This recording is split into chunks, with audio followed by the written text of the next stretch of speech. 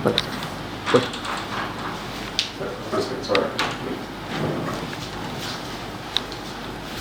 ಸಂವಾದಕ್ಕೆ ಮತ್ತೆ ಸ್ವಾಗತ. ಅಣ್ಣಾ ವಿನಯಚಂದ್ರ ಅವರ ನಮ್ಮೊಟ್ಟಿಗೆ ಅವರ ಅನುಭವಗಳನ್ನು, ಹಿಂದೆ ಸುಳ್ಳೆ ಹೇಗಿತ್ತು, ಈ ರಾಜಕೀಯ ಚಳವಳಿಗಳಿಗೆ ಹೇಗೆ ಬೆಳೀತಾ ಬಂತು ಅನ್ನೋದ್ರ ಬಗ್ಗೆ ಹೇಳ್ತಾ ಇದ್ದರು. ಈ ರಾಜಕೀಯ ಚಳವಳಿ ಬೆಳೀತಾ ಅಣ್ಣಾ ವಿನಯಚಂದ್ರರು ಜಿಲ್ಲೆಯ BJP ರಾಜಕೀಯಕ್ಕೆ ಅನಿವಾರ್ಯ ಆದರು, ರಾಜ್ಯದ BJP ರಾಜಕೀಯಕ್ಕೆ ಅನಿವಾರ್ಯ ಆದರು. ಆದರೆ ಎಲ್ಲಿ ಕೂಡ ಜನಪ್ರತಿನಿಧಿತ್ವದ ಸ್ಥಾನವನ್ನು ಒಪ್ಪಿಕೊಳ್ಳಿಕ್ಕೆ ಹಿಂಜರಿತಾ ಇದ್ದರು. ಆದರೆ ಎಲ್ಲರ ಒತ್ತಾಯದ ಮೇರೆ ವಿಧಾನ ಪರಿಷತ್ ಸದಸ್ಯರಾಗುವಂಥ ಅವಕಾಶ ಅವರಿಗೆ ದೊರೆಯಿತು. ಅದರ ಬಗ್ಗೆ ನಾವು ಮಾತಾಡೋಣ. ಸರ್ ನಮಸ್ಕಾರ. ಈಗ ಯಾವ ಸ್ಥಾನಮಾನ ಬೇಡ ಅಂತ ನೀವು ಹೇಳ್ತಿದ್ದೀರಿ, ಪಕ್ಷ ಸ್ಥಾನವನ್ನು ಮಾತ್ರ ಒಪ್ಪಿಕೊಂಡು ರಾಜ್ಯಾದ್ಯಂತ ತಿರುಗಾಡಿದ್ರಿ ಅನ್ನುವಂಥದ್ದು ನಮಗೆ ತಿಳಿದಿರುವ ವಿಚಾರ. ನೀವು ಅದನ್ನು ಯಾವಾಗಲೂ ಈಗ ಕೂಡ ಅದನ್ನೇ ಮಾತ್ರ ಹೇಳುವವರು. ಆದರೂ ವಿಧಾನ ಪರಿಷತ್ ಸದಸ್ಯರಾಗಿ ನೀವು ಒಪ್ಪಿಕೊಳ್ಳಲೇಬೇಕಾದ ಸಂದರ್ಭ ಬಂತದ್ದು ಹೇಗೆ ಆಯಿತು, ಮತ್ತು ವಿಧಾನ ಪರಿಷತ್ ಸದಸ್ಯರಾಗಿ ನಿಮ್ಮ ಸಾಧನೆಗಳು ಏನು, ನಿಮಗೆ ತೃಪ್ತಿ ಕೊಟ್ಟ ಸಾಧನೆ ಏನು? ನಾನು BJPಯ ಪೂರ್ಣಾವಧಿ ಕಾರ್ಯಕರ್ತನಾಗಿ ಕೆಲಸ ಪ್ರಾರಂಭ ಮಾಡಿದೆ. ಅದು 85ರಲ್ಲಿ. 83ರವರೆಗೆ ನಾನು ಸುಳ್ಯದಲ್ಲಿ BJPಯನ್ನು ಕಟ್ಟಿ ಬೆಳೆಸೋದಾಗಿ ಮಾಡ್ತಾಯಿದ್ದೆ. 85ರ ನಂತರ BJPಯ ಸಂಘಟನೆ ಶಿಥಿಲತೆ ಕಂಡಿತ್ತು. ದಕ್ಷಿಣ ಕನ್ನಡ ಜಿಲ್ಲೆಯ ಕಾರ್ಯಕ್ರಮವೊಂದಕ್ಕೆ ಅದ್ವಾನಿ ಬಂದಿದ್ದರು. ಸುಮಾರು 3,000 ಜನ ಸೇರುವಲ್ಲಿ 300 ಜನ ಸೇರಿದ್ರು. ಅದು ಸಂಘ ಮತ್ತು BJPಯ ಪ್ರಮುಖರಿಗೆ ನೋವು ತಂದಿತ್ತು. ಅದಕ್ಕಿಂತ ಮೊದಲು 18 ಜನ ಇರುವಾಗಲೂ ನಾನು ಅನೇಕ ಸಲ ಸಂಘಟನೆ ಬಗ್ಗೆನೇ ಮಾತನಾಡ್ತಾ ಇದ್ದೆ. ಯಾಕಂದರೆ 8 ಜನ ದಕ್ಷಿಣ ಕನ್ನಡದ MLAಗಳನ್ನು ಒಟ್ಟು ಸೇರಿಸಲಿಕ್ಕೆ ನಮಗೆ ಆಗಿರಲಿಲ್ಲ. ಇದನ್ನು ನಾನು ಬೈಠಕಿನಲ್ಲಿ ನೇರ ತಗೊಳ್ತಿದ್ದೆ, ಯಾಕೆ ಆಗೋದಿಲ್ಲ ಅಂತ. ಈ ಎಲ್ಲ ಭಾಗದಿಂದ ಸಂಘದಲ್ಲಿ ಶಿಥಿಲತೆ ಬಂತು. BJPಯಲ್ಲಿ ಸಹ ಒಂದು ಸಣ್ಣ ಪ್ರಯೋಗ ಆಯಿತು. ಅದಂದರೆ ಪ್ರಮುಖ ಜಾತಿ ಪ್ರಮುಖರನ್ನು ಆಫೀಸ್ ಬೇರರ್ಸ್ ಆಗಿ ಮಾಡಬೇಕು. ಹಾಗೆ ರುಕ್ಮಯ್ಯ ಪೂಜಾರಿಯವರು, ಸದಾನಂದರು, ಉಮೇಶ್ ರೈಗಳು, ಹೀಗೆ ಪ್ರಮುಖ ಜಾತಿ ಪಂಥದ ಇವರನ್ನೆಲ್ಲರನ್ನು ಪಕ್ಷದ ಪ್ರಮುಖರನ್ನಾಗಿ ಡೆವಲಪ್ ಮಾಡಿ ಸಂಘಟನೆ ಬೆಳೆಯಲಿಲ್ಲ. ಸೊ 85, 86, 87 ಆಗುವಾಗ ನನಗೆ ಹೇಳಿ ಕಳಿಸಿದರು, ನೀನು ಪೂರ್ಣಾವಧಿ ಕಾರ್ಯಕರ್ತನಾಗಿ ಬರಬೇಕು. ಯಾದವರಾವ್ ಜೋಶಿ ಅಂಥೇಳಿ ಸಂಘದ ಒಬ್ಬರು ಜ್ಯೇಷ್ಠ ಪ್ರಚಾರಕರು, ಅವರು ಪುತ್ತೂರಿಗೆ ಬಂದಾಗ ನನ್ನನ್ನು ಕರೆದು ಹೀಗೆ ಅವರ ತಮ್ಮ ಇದನ್ನೆಲ್ಲವನ್ನು ಹೇಳಿದರು, ಮತ್ತು ನೀನು ಪೂರ್ಣಾವಧಿ ಕಾರ್ಯಕರ್ತನಾಗಿ ಬರಬೇಕು. ನಾನು ಪೂರ್ಣಾವಧಿ ಕಾರ್ಯಕರ್ತ ಅಂದರೆ ಏನು ಕಲ್ಪನೆ ಹೇಳಿದೆ. ಆಗ ನನಗೆ ಹೇಳಿದರು, ಒಬ್ಬ ವಿಧವೆ ಅಕ್ಕನ ಹಾಗೆ ನೀವು ಮನೆಯಲ್ಲಿ ಇರಬೇಕು, ಮನೆಯಲ್ಲಿ ಹೇಗಿದ್ದಾರ ಹಾಗೆ ಇರಬೇಕು.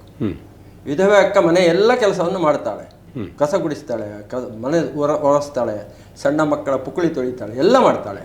ಆದರೆ ಮಂಗಳ ಕಾರ್ಯಕ್ಕೆ ಅವಳು ವಿಧವೆ ಆದ್ದರಿಂದ ಎದುರು ಬರುವುದಿಲ್ಲ. ಅರ್ಥ ಆಯಿತು ಅಂತ ಹೇಳಿದೆ.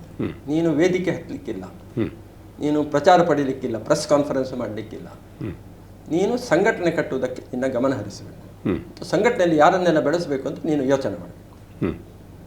ಅದನ್ನು ಒಪ್ಪಿಕೊಂಡು ನಾನು ಬಂದದ್ದು. ತಾತ್ವಿಕತೆ ಇದು ಕಮ್ಯುನಿಸ್ಟಲ್ಲಿದೆ. ಈ ಥಿಂಕಿಂಗ್, ಈ ಯೋಚನೆ ಕಮ್ಯುನಿಸ್ಟ್ ಪಾರ್ಟಿಯಲ್ಲಿ ಹಾಗೆ ಇದೆ. ಅಲ್ಲಿ ಸಹ ಸಂಘಟನಾ ಕಾರ್ಯದರ್ಶಿ ತುಂಬ ಪವಿತ್ರ ಪೋಸ್ಟ್ ಅದು ಕಮ್ಯುನಿಸ್ಟರಲ್ಲಿ. ಹಾಗೆ ಇಲ್ಲಿ ಅದನ್ನು ಕೇಡರ್ ಬೇಸ್ಡ್ ಯಾವುದಿದೆ ಅಲ್ಲಿ ಇಂಥದ್ದನ್ನು ಮಾಡಬೇಕು ಅಂತ ಇದೆ. ಹಾಗೆ ನಾನು ಒಪ್ಪಿಕೊಂಡೆ. ಹಾಗೆ ದಕ್ಷಿಣ ಕನ್ನಡ ಜಿಲ್ಲೆಯ ಸಂಘಟನೆಗೆ ಕೆಲಸ ಮಾಡಲಿಕ್ಕೆ ಶುರು ಮಾಡಿದೆ. ದಕ್ಷಿಣ ಕನ್ನಡ ಜಿಲ್ಲೆಯ ಸಂಘಟನೆ ಅಂದರೆ ಸುಳ್ಯ, ಪುತ್ತೂರು, ವಿಟ್ಲ, ಬಂಟ್ವಾಳದಲ್ಲಿ ಸಂಘಟನೆ ಒಮ್ಮೆ ಗೆದ್ದಿದ್ದೇವೆ ಅಷ್ಟೇ ಹೊರತು ಸಂಘಟನೆ ಬಲಾಯಿತವಾಗಿರಲಿಲ್ಲ. ಮಂಗಳೂರು ನಗರ ಮಾತ್ರ, ಮತ್ತು ಉಳಿದ ಕಡೆ ಸಂಘಟನೆ ಇರಲಿಲ್ಲ. ಉಡುಪಿ ಸ್ವಲ್ಪ ಇತ್ತು, ಉಳಿದ ಕಡೆಯಲ್ಲೆಲ್ಲ ಸಂಘಟನೆ ಅಂತ ಏನಿರಲಿಲ್ಲ, ಅಲ್ಲಿ ಸ್ವಲ್ಪ ಜನ ಇದ್ದರು. ಸೊ ಇಡೀ ರಾಜ್ಯ ಜಿಲ್ಲೆ ಓಡಾಡಿದೆ. ಉಡುಪಿಯಿಂದ ಸುಳ್ಯದಿಂದ ನಿಮ್ಮ ಕುಂದಾಪುರದಿಂದ ಬೈಂದೂರಿವರೆಗೆ ಓಡಾಟ ಪ್ರಾರಂಭ ಮಾಡಿದ ಮಾತ್ರ ಸಂಘಟನೆಯನ್ನು ಕಟ್ಟಿದೆ. ಅದು ಸ್ವಲ್ಪ ಕಷ್ಟ ಆಯಿತು ಆಗ. ಹಾಗೆ ನಾನು ಪೂರ್ಣಾವಧಿ ಕಾರ್ಯಕರ್ತನಾದ್ದರಿಂದ ಯಾವುದೇ ಚುನಾವಣೆಯ ಆಸೆ ಇಲ್ಲದೆ ಸಂಘಟನೆ ಪ್ರಾರಂಭ ಮಾಡಿದೆ, ಕಟ್ಟಿದೆ. ಆಗ ಈ ಒಂದು ಸೀಟು ದಕ್ಷಿಣ ಕನ್ನಡದಲ್ಲಿ ಪಂಚಾಯತ್ ಚುನಾವಣೆ ಲೋಕಲ್ ಬಾಡೀಸಿನಲ್ಲಿ ನಾವು ಸಹ ಮೇಲ್ಗೈ ಇದ್ದೆವು. ನಮಗಿಂತ ಸ್ವಲ್ಪ ಹೆಚ್ಚು ಸ್ಥಾನ ಕಾಂಗ್ರೆಸ್ನಲ್ಲಿ ಇತ್ತು.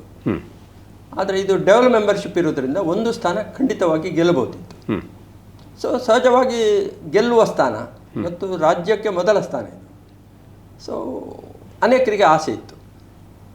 ಕೆಲವು ಪಟ್ಟಭದ್ರ ಹಿತಾಸಕ್ತಿಗಳು ಅಂತ ಹೇಳೋದಿಲ್ಲ, ದೊಡ್ಡ ದೊಡ್ಡ ಕಂಪನಿ, ಅವರು ತಮ್ಮ ಕ್ಯಾಂಡಿಡೇಟನ್ನು ಸಹ ಸ್ಪಾನ್ಸರ್ ಮಾಡಿ ಹಣ ಕೊಡಲಿಕ್ಕೆ ತಯಾರಿದ್ರು. ಹೀಗೆ ನಮ್ಮ ಪಕ್ಷದ, ನಾನು ಆಗ BJPಯಿಂದ ಸಂಘಟನೆಯಿಂದ ನನಗೆ ಸಹಕಾರ ಭಾರತಿಯನ್ನು ನೋಡಿಕೊಳ್ಳಬೇಕು ಅಂತ ಹೇಳುವಂಥ ಒಂದು ಸೂಚನೆ ಕೊಟ್ಟಿತ್ತು. ಸೊ ನಾನು ಆ ಕಡೆಗೆ ಹೆಚ್ಚು ಓಡಾಟ ಪ್ರಾರಂಭ ಮಾಡಿದ್ದೆ. ಆದರೆ ಅದಕ್ಕಿಂತ ಮೊದಲೇ 1 ವರ್ಷದಿಂದ ಮೊದಲೇ ಕೊಡ್ಗೆಯವರು ಕೇಳಿದರು, ಹೀಗೆ ಲೋಕಲ್ ಬಾಡೀಸ್ ಇದೆ, ನೀವು ಇಂಟ್ರೆಸ್ಟೆಡಾ? ನೀವು ಇಂಟ್ರೆಸ್ಟ್ ಆದರೆ ನಾನು ಬರೋದಿಲ್ಲ, ಇಲ್ಲದ್ರೆ ನಾನು ಇಂಟ್ರೆಸ್ಟೆಡ್ ಹೇಳಿದೆ. ನನಗೆ ಇಂಟ್ರೆಸ್ಟ್ ಇಲ್ಲ ಹೇಳಿದೆ. ಹಾಗೆ ಎಲ್ಲರೂ ಕೇಳಿದ್ದಾರೆ, ನಾರಾಯಣ್ ಶೆಟ್ಟರು ಕೇಳಿದ್ದಾರೆ, MK ವಿಜಯಕುಮಾರ್ ಕೇಳಿದ್ದಾರೆ, ಹೀಗೆ ಬಹಳ ಜನ ಕೇಳಿದ್ದಾರೆ. ನಾನು ಎಲ್ಲರಿಗೆ ನಾನು ಇಂಟ್ರೆಸ್ಟೆಡ್ ಅಲ್ಲ ಅಂತ ಹೇಳಿದೆ. ಯಾಕೆಂದರೆ ನಾನು ಬಂದದ್ದು ಆ ರೀತಿಯಿಂದ. ಹಾಗಾಗಿ ನಾನು ರಾಜ್ಯ ಕಾರ್ಯದರ್ಶಿ, ರಾಜ್ಯ ಪ್ರಧಾನ ಕಾರ್ಯದರ್ಶಿಯಾಗಿ ಕೆಲಸ ಮಾಡಿ ಇತ್ತು. ಇಲ್ಲಿ ದಕ್ಷಿಣ ಕನ್ನಡ ಪೂರ್ತಿ ಹಿಂದೆ ಓಡಾಡಿದ ನಾನೇ ಆದ್ದರಿಂದ ಎಲ್ಲರೂ ನನ್ನ ಹೆಸರನ್ನು ಹೇಳಿದರು. ಬಟ್ ನಾನು ಇಂಟ್ರೆಸ್ಟ್ ಇಲ್ಲ ಅಂತ ಹೇಳಿದ ನಂತರ ಘಾಟೆ ಅವರ ಮನೆಯಲ್ಲಿ ಪ್ರಮುಖರೆಲ್ಲರೂ ಸೇರಿದರು. ಅಲ್ಲಿ 37 ಹೆಸರು ಬಂತು. ಅಂದರೆ ಎಲ್ಲ ಪ್ರಮುಖ ಜಾತಿಗಳು ಇದ್ದರು. ಕೊಡುಗೆಯವರಿಗೆ ಕೊಡಬೇಕು ಅಂತ ಉಡುಪಿಯ ಸ್ವಲ್ಪ ಭಾಗ, ಮಂಗಳೂರಿನಲ್ಲಿ ನಾರಾಯಣ್ ಶೆಟ್ಟರು ಬೇಕು ಅಂತ ಹೇಳಿದ್ರಿಂದ ನಾರಾಯಣ್ ಶೆಟ್ಟರನ್ನು ಬಿಡಲಿಕ್ಕೆ ಆಗೋದಿಲ್ಲ, ಯಾಕಂದರೆ ಅವ್ರು ತುಂಬ ವರ್ಷದಿಂದ ಪಾರ್ಟಿ ಕಟ್ಟಿದವರು.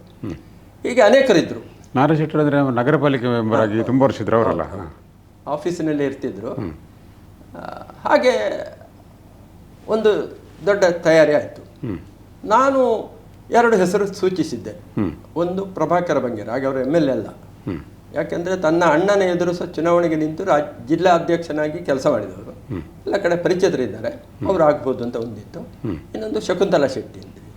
ಶಕುಂತಲಾ ಶೆಟ್ಟಿಯನ್ನು ಗೆದ್ದರೆ ಈಗ 2 ಜಿಲ್ಲೆ, ಮೊದಲಿನ ಇಡೀ ಜಿಲ್ಲೆಗೆ ಒಬ್ಬರು ಮಹಿಳಾ ಕಾರ್ಯಕರ್ತ ಸಿಗ್ತಾರೆ, ಅನುಕೂಲ ಆಗ್ತದೆ ಪಾರ್ಟಿಗೆ ಅಂತ ಹೇಳೋದನ್ನು ತಿಳಿಸಿದ್ದೆ ನಾನು.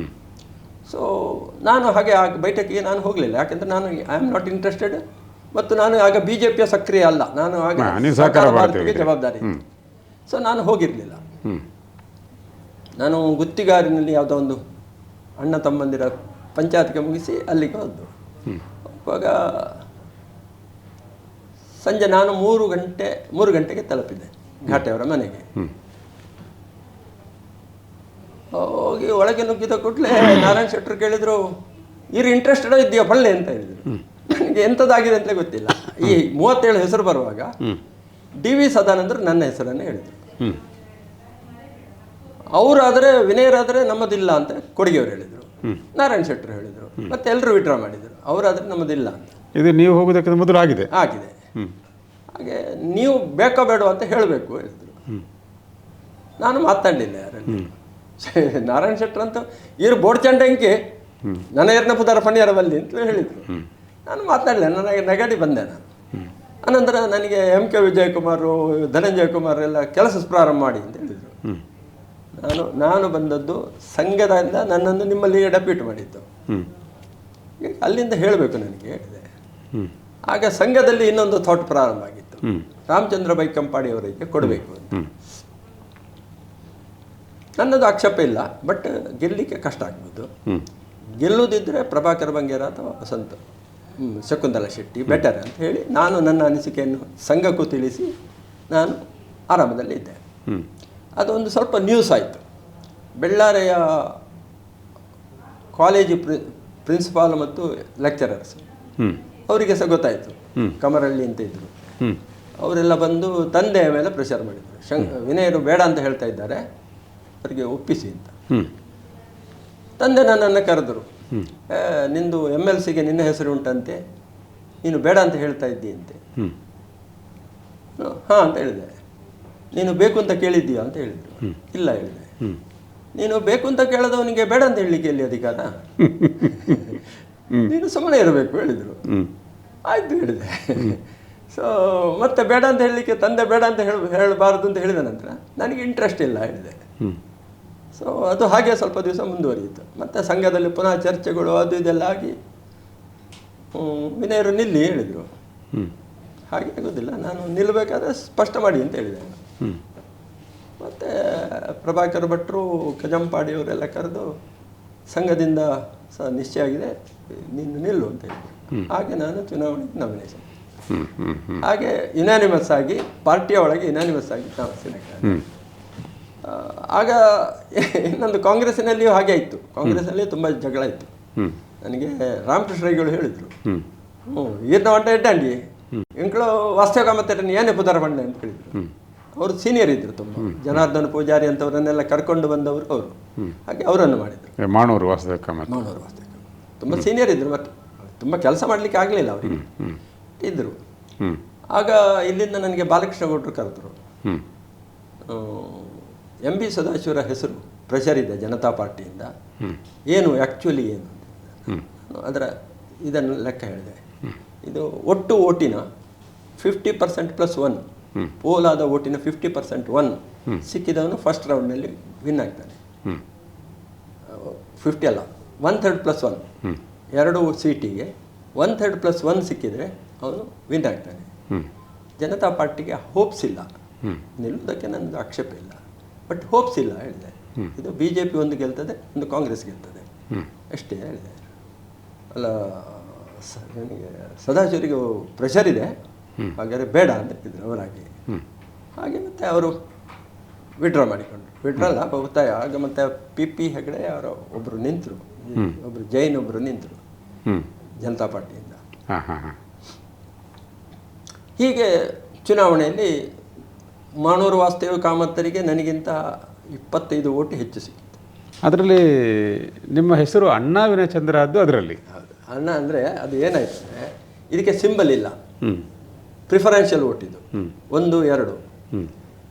ಅದು ತುಂಬ ಜನ ನಮ್ಮ ಮಹಿಳಾ ಕಾರ್ಯಕರ್ತರು ಗೆದ್ದು ಬಂದವರಲ್ಲಿ ಬಹಳ ಜನಕ್ಕೆ ಅಕ್ಷರಾಭ್ಯಾಸ ತುಂಬ ಇದ್ದರೂ ಕೂಡ ಅದು ಓದುವಷ್ಟಕ್ಕೆ ಇದೆ ಅಂತ ಇಲ್ಲ, ಎಲ್ಲರೂ ಇದ್ದರು. ವೋಟರ್ ಲಿಸ್ಟ್ನಲ್ಲಿ ಮೇಲೆ ಬಂದರೆ ಒಳ್ಳೆಯದು, ಅದು ಒಂದು ಭಾಗ. ಮತ್ತು ನಾನು ಸಾಮಾನ್ಯವಾಗಿ ಕಾರ್ಯಕರ್ತ ನಡುವೆ ವಿನಯಣ್ಣ ಇದ್ದದ್ದು. ವಿನಯಚಂದ್ರ ಅಂತ ತುಂಬ ಜನರಿಗೆ ಗೊತ್ತಿಲ್ಲ. ನಾನು ಮೂಡಬಿದ್ರೆಗೆ ಹೋದರೆ ಅಭಯಚಂದ್ರ, ವಿನಯಚಂದ್ರ ನಾನು ಅಂತ ಹೇಳಿದರೆ ಅಭಯಚಂದ್ರ ಅಂತ ಕರೆದಿದ್ದಾರೆ. ಇದು ಎಲ್ಲ ಆಗ್ತಾ ಇತ್ತು. ವಿನಯ್ ಕುಮಾರ್ ಸ್ವರಕ್ಕೆ ಪುತ್ತೂರಿಗೆ ನಿಂತಾಗ ಗುತ್ತಿಗಾರಿನವರೆಲ್ಲ ನನ್ನನ್ನು ಜೋರು ಮಾಡಿದ್ದಾರೆ ಹೋದಾಗ. ಏನು ತಲೆ ಸುದ್ದಿ ಇಲ್ಲ, ಕಾಂಗ್ರೆಸ್ಸಿಂದ ಯಾಕೆ ನಿಂತದ್ದು ಅಂತ ಈಗೆಲ್ಲ ಆಗಿದೆ. ಹಾಗಾಗಿ ನಾನು ಮತ್ತೆ ಅದಕ್ಕೆ ಅಣ್ಣ ಸೇರಿಸಿ ಮೇಲೆ ಬರುವ ಹಾಗೆ ಆಯಿತು. ಮತ್ತು ನಾನು ವಿನಯಣ್ಣ ಅಣ್ಣ ಅಂತ ಸೇರಿಸಿದವರು ಯಾರು? ನಾನೇ. ಐಡಿಯಾ ಈಗ ವಿನಯಣ್ಣ ಅಂತ ಉಗ್ರಪ್ಪ, ಅಗ್ರಹಾರ ದುಗ್ಗಪ್ಪ ಅದು ಮಾಡಿದ್ದು ನೀವೇ? ನಾನು ಮತ್ತು ಉಮೇಶ್ ವಾಗ್ನಾಯ್. ಅದರಿಂದಾಗಿ ನೀವು ಅಣ್ಣಾ ವಿನಯಚಂದ್ರ ಅಂತ ಆ ಅಕ್ಷರ ಮೊದಲು ಬರುವ ಹಾಗೆ ಮಾಡಿದ್ದು. ಈಗ 6 ವರ್ಷ ನೀವು ವಿಧಾನ ಪರಿಷತ್ ಸದಸ್ಯರಿದ್ರಿ. ಹೇಗೆ ನಿಮಗೆ ಕಾರ್ಯನಿರ್ವಹಣೆ ಏನು ತೃಪ್ತಿ ಕೊಟ್ಟಿದ? ತುಂಬ ಒಳ್ಳೆಯ ಅವಕಾಶಗಳು ಸಿಕ್ಕಿದ್ದಾವೆ ನನಗೆ ಪುಣ್ಯಕ್ಕೆ. ಯಾಕಂದರೆ BJPಯಲ್ಲಿ ಸಹ ಆರ್ಥಿಕ ಕ್ಷೇತ್ರದಲ್ಲಿ ಮಾತನಾಡಲಿಕ್ಕೆ ಜನ ಇದ್ದರು. ಆಚಾರ್ಯ ಮತ್ತು ಡಾಕ್ಟರ್ ತಂಗ ಇದ್ದರು.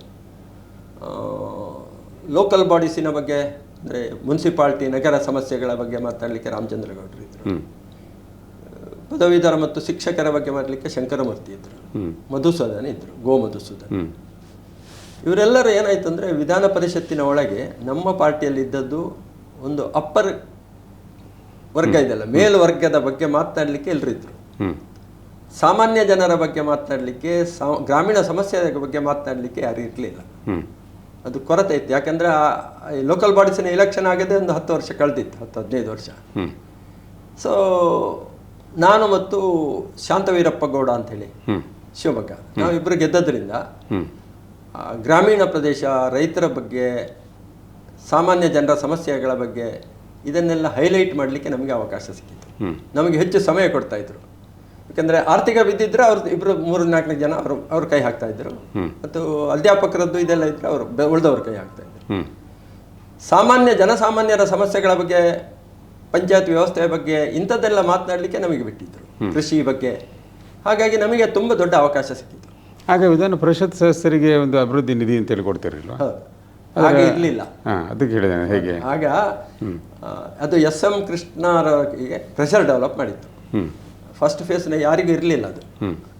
ಮತ್ತು ನಮ್ಮ ಬಹಳ ಈ ಟೀಚರ್ಸ್ ಕಾನ್ಸ್ಟಿಟ್ಯೂನ್ಸಿ, ಗ್ರ್ಯಾಜುಯೇಟ್ ಕಾನ್ಸ್ಟಿಟ್ಯೂನ್ಸಿಯಿಂದ ಗೆದ್ದು ಹೋದವರಿಗೆ ಇದೆಲ್ಲ ಅವಕಾಶ ಬೇಡ ಅಂತಿತ್ತು. ಯಾಕೆಂದರೆ ಅದು ಬಂದ ಕೂಡಲೇ ಅದನ್ನು ಹಂಚಬೇಕು, ಅದಕ್ಕೆ ಎಲ್ಲಿ ಕೊಡಬೇಕು, ಅಲ್ಲಿ ಕೊಡಬೇಕು, ಇದೆಲ್ಲ ನೋಡಬೇಕಲ್ಲ.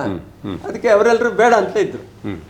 ಈ ಲೋಕಲ್ ಬಾಡೀಸಿಂದ ಗೆದ್ದವರು ತುಂಬ ಜನ ಇದ್ರಲ್ಲ, 25 ಜನ ಇದ್ರು. ಅವ್ರಿಗೆ ಬೇಕಾಗ್ತಿತ್ತು. ಅವರು ಪ್ರೆಷರ್ ಡೆವಲಪ್ ಮಾಡಿದ್ರು. ಪ್ರೆಷರ್ ಡೆವಲಪ್ ಮಾಡಿ ನೀವು SM ಕೃಷ್ಣರು ರಾಜ್ಯಸಭಾ ಸದಸ್ಯರಿರುವಾಗ ಅಲ್ಲಿ ತಗೊಳ್ತಾ ಇದ್ದೀರಿ, ಇಲ್ಲಿ ಯಾಕೆ ಕೊಡೋದಿಲ್ಲ? ಅವರು ರಾಜ್ಯಸಭಾ ಸದಸ್ಯರಾಗಿದ್ದೀರಲ್ಲ, ಅಲ್ಲಿ ನೀವು ಉಪಯೋಗ ಮಾಡಿದ್ದೀರಲ್ವಾ, ಹಾಗಾದ್ರೆ ಇಲ್ಲಿ ಯಾಕೆ ನೀವು ಮಾಡೋದಿಲ್ಲ? ತಪ್ಪಲ್ವಾ? ಈ ರೀತಿ ಪ್ರೆಷರ್ ಅಲ್ಲಿ ಗ್ರಾಮ ಪಂಚಾಯತ್ ಮೆಂಬರ್ಗಳು ನಿಮ್ಮ ವೋಟರ್ಸ್, ಗ್ರಾಮ ಪಂಚಾಯತ್ ಮೆಂಬರ್ಗಳಲ್ಲಿ ಅಭಿವೃದ್ಧಿ ವಿಚಾರ ಇರೋದು, ಹಾಗೆ ಅನುದಾನ ಕೊಡಿ ಅಂತ ಹೇಳುವಂಥದ್ದು, ಆಗ ಪ್ರೆಷರ್ ನಿಮ್ಮ ಮೇಲೆ ಬಿದ್ದಿರ್ಬೋದು. ಹೌದು ಹೌದು. ಹಾಗೆ ಅದು ಪ್ರೆಷರ್ ಡೆವಲಪ್ ಆಯಿತು. ಹಾಗೆ SM ಕೃಷ್ಣ ಒಪ್ಪಿಕೊಂಡ್ರು. ಹಾಗೆ ಸಿಗ್ಲಿಕ್ಕೆ ಶುರು ಆಯಿತು. ಅದು 2 ಟರ್ಮ್ 3 ಟರ್ಮ್ ಆದ ನಂತರ 1-2 ಟರ್ಮ್ ಸಿಕ್ಕಿದೆ ಅಷ್ಟೇ. ಮತ್ತೆ ಲಾಸ್ಟ್ ಟರ್ಮ್ ಸಹ ಸಿಗಲಿಲ್ಲ, ಮೊದಲನೇ 2 ಟರ್ಮ್ ಸಹ ಸಿಗಲಿಲ್ಲ. ಹೀಗೆ ನನಗೆ ಪುಣ್ಯಕ್ಕೆ ಮೊದಲಿಂದು ರಾಷ್ಟ್ರಪತಿಗಳ ಇದು ರಾಜ್ಯಪಾಲರ ಭಾಷಣದ ಮೇಲೆ ವಂದನಾ ನಿರ್ಣಯ ಅಂತ ಇದೆ, ನಮ್ಮ ಪಾರ್ಟಿಯಿಂದ ನನಗೆ ಕೊಟ್ಟರು. ಹಾಗಾಗಿ ಕಾಮನ್ ಮ್ಯಾನ್ ನಾನು ಅದರಲ್ಲಿ ಹೈಲೈಟ್ ಮಾಡಿರೋದು ಸ್ಲಮ್ಗಳಿದ್ದಾವಲ್ಲ, ನಾನು ಅದನ್ನು ಸ್ಟಾರ್ಟ್ ಮಾಡಿದ್ದು ಹಾಗೆ. ನಾನು ಸ್ಲಮ್ ಡೆವಲರ್ಸ್ ಸೆಲ್ ಅಂತ ಒಂದು ಮಾಡಿದ್ದೆ, ನಾನು ಸಂಘಟನಾ ಕಾರ್ಯದರ್ಶಿ. ಬೆಂಗಳೂರಿನ ಎಲ್ಲ ಸ್ಲಮ್ಗಳಿಗೆ ಹೋಗಿ ಭೇಟಿ ಕೊಟ್ಟಿದ್ದೆ. ಶುರುವಿಗೆ ನಮ್ಮನ್ನು ರಿಸೀವ್ ಮಾಡ್ತಿರ್ಲಿಲ್ಲ. ನಾನು ಹೋಗಿ ಅಲ್ಲಿ ಕೂತು ಕಾಫಿ ಚಾಹುಡಿ ಮತ್ತು ಸಕ್ಕರೆ ಹಾಲು ತಗೊಂಡೇ ಹೋಗ್ತಿದ್ದೆ. ಅಲ್ಲಿ ಚಹಾ ಮಾಡಿ ಅವರೊಟ್ಟಿಗೆ ಕೂತು ಕುಡಿದು ಅವರ ಸ್ನೇಹ ಸಂಪಾದನೆ ಮಾಡಿದೆ.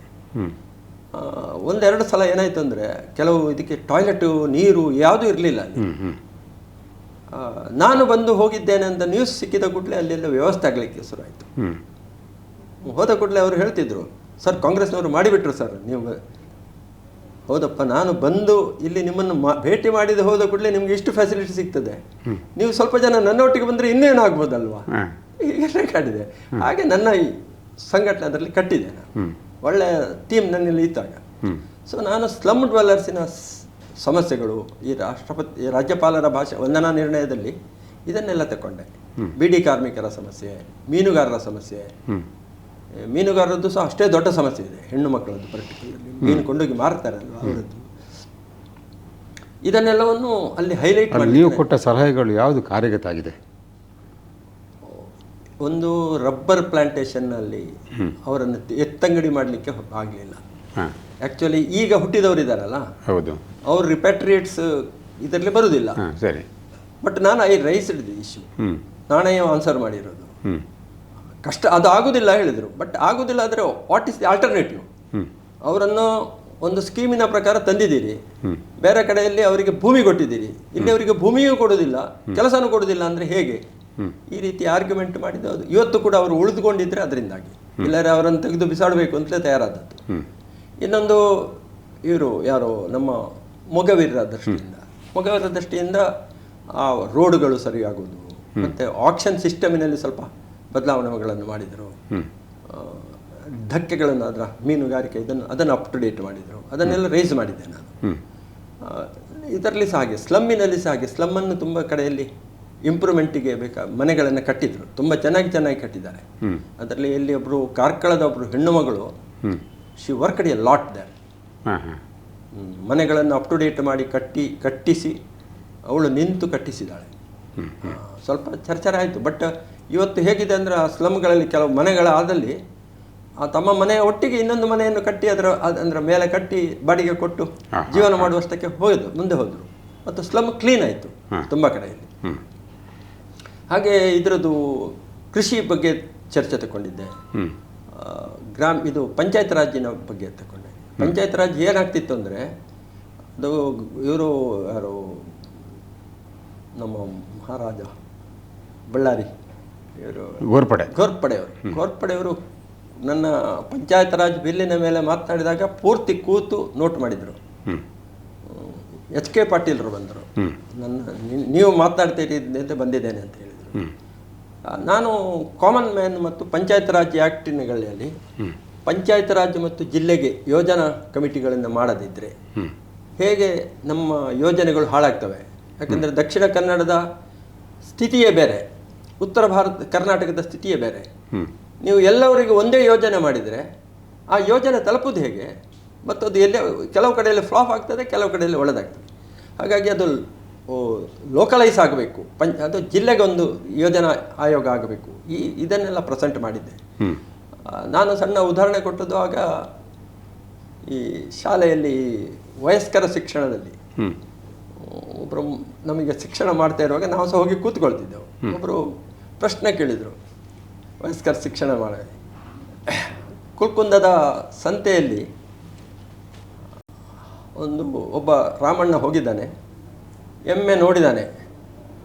ಎಮ್ಮೆಗೆ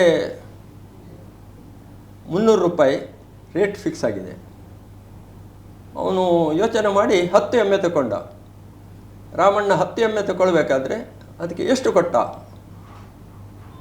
ಸಹಜವಾಗಿ ಅದು 310 ಅಂದರೆ 3000. ಅದನ್ನೇ ಉದಾಹರಣೆಯಾಗಿ ತಗೊಂಡೆ.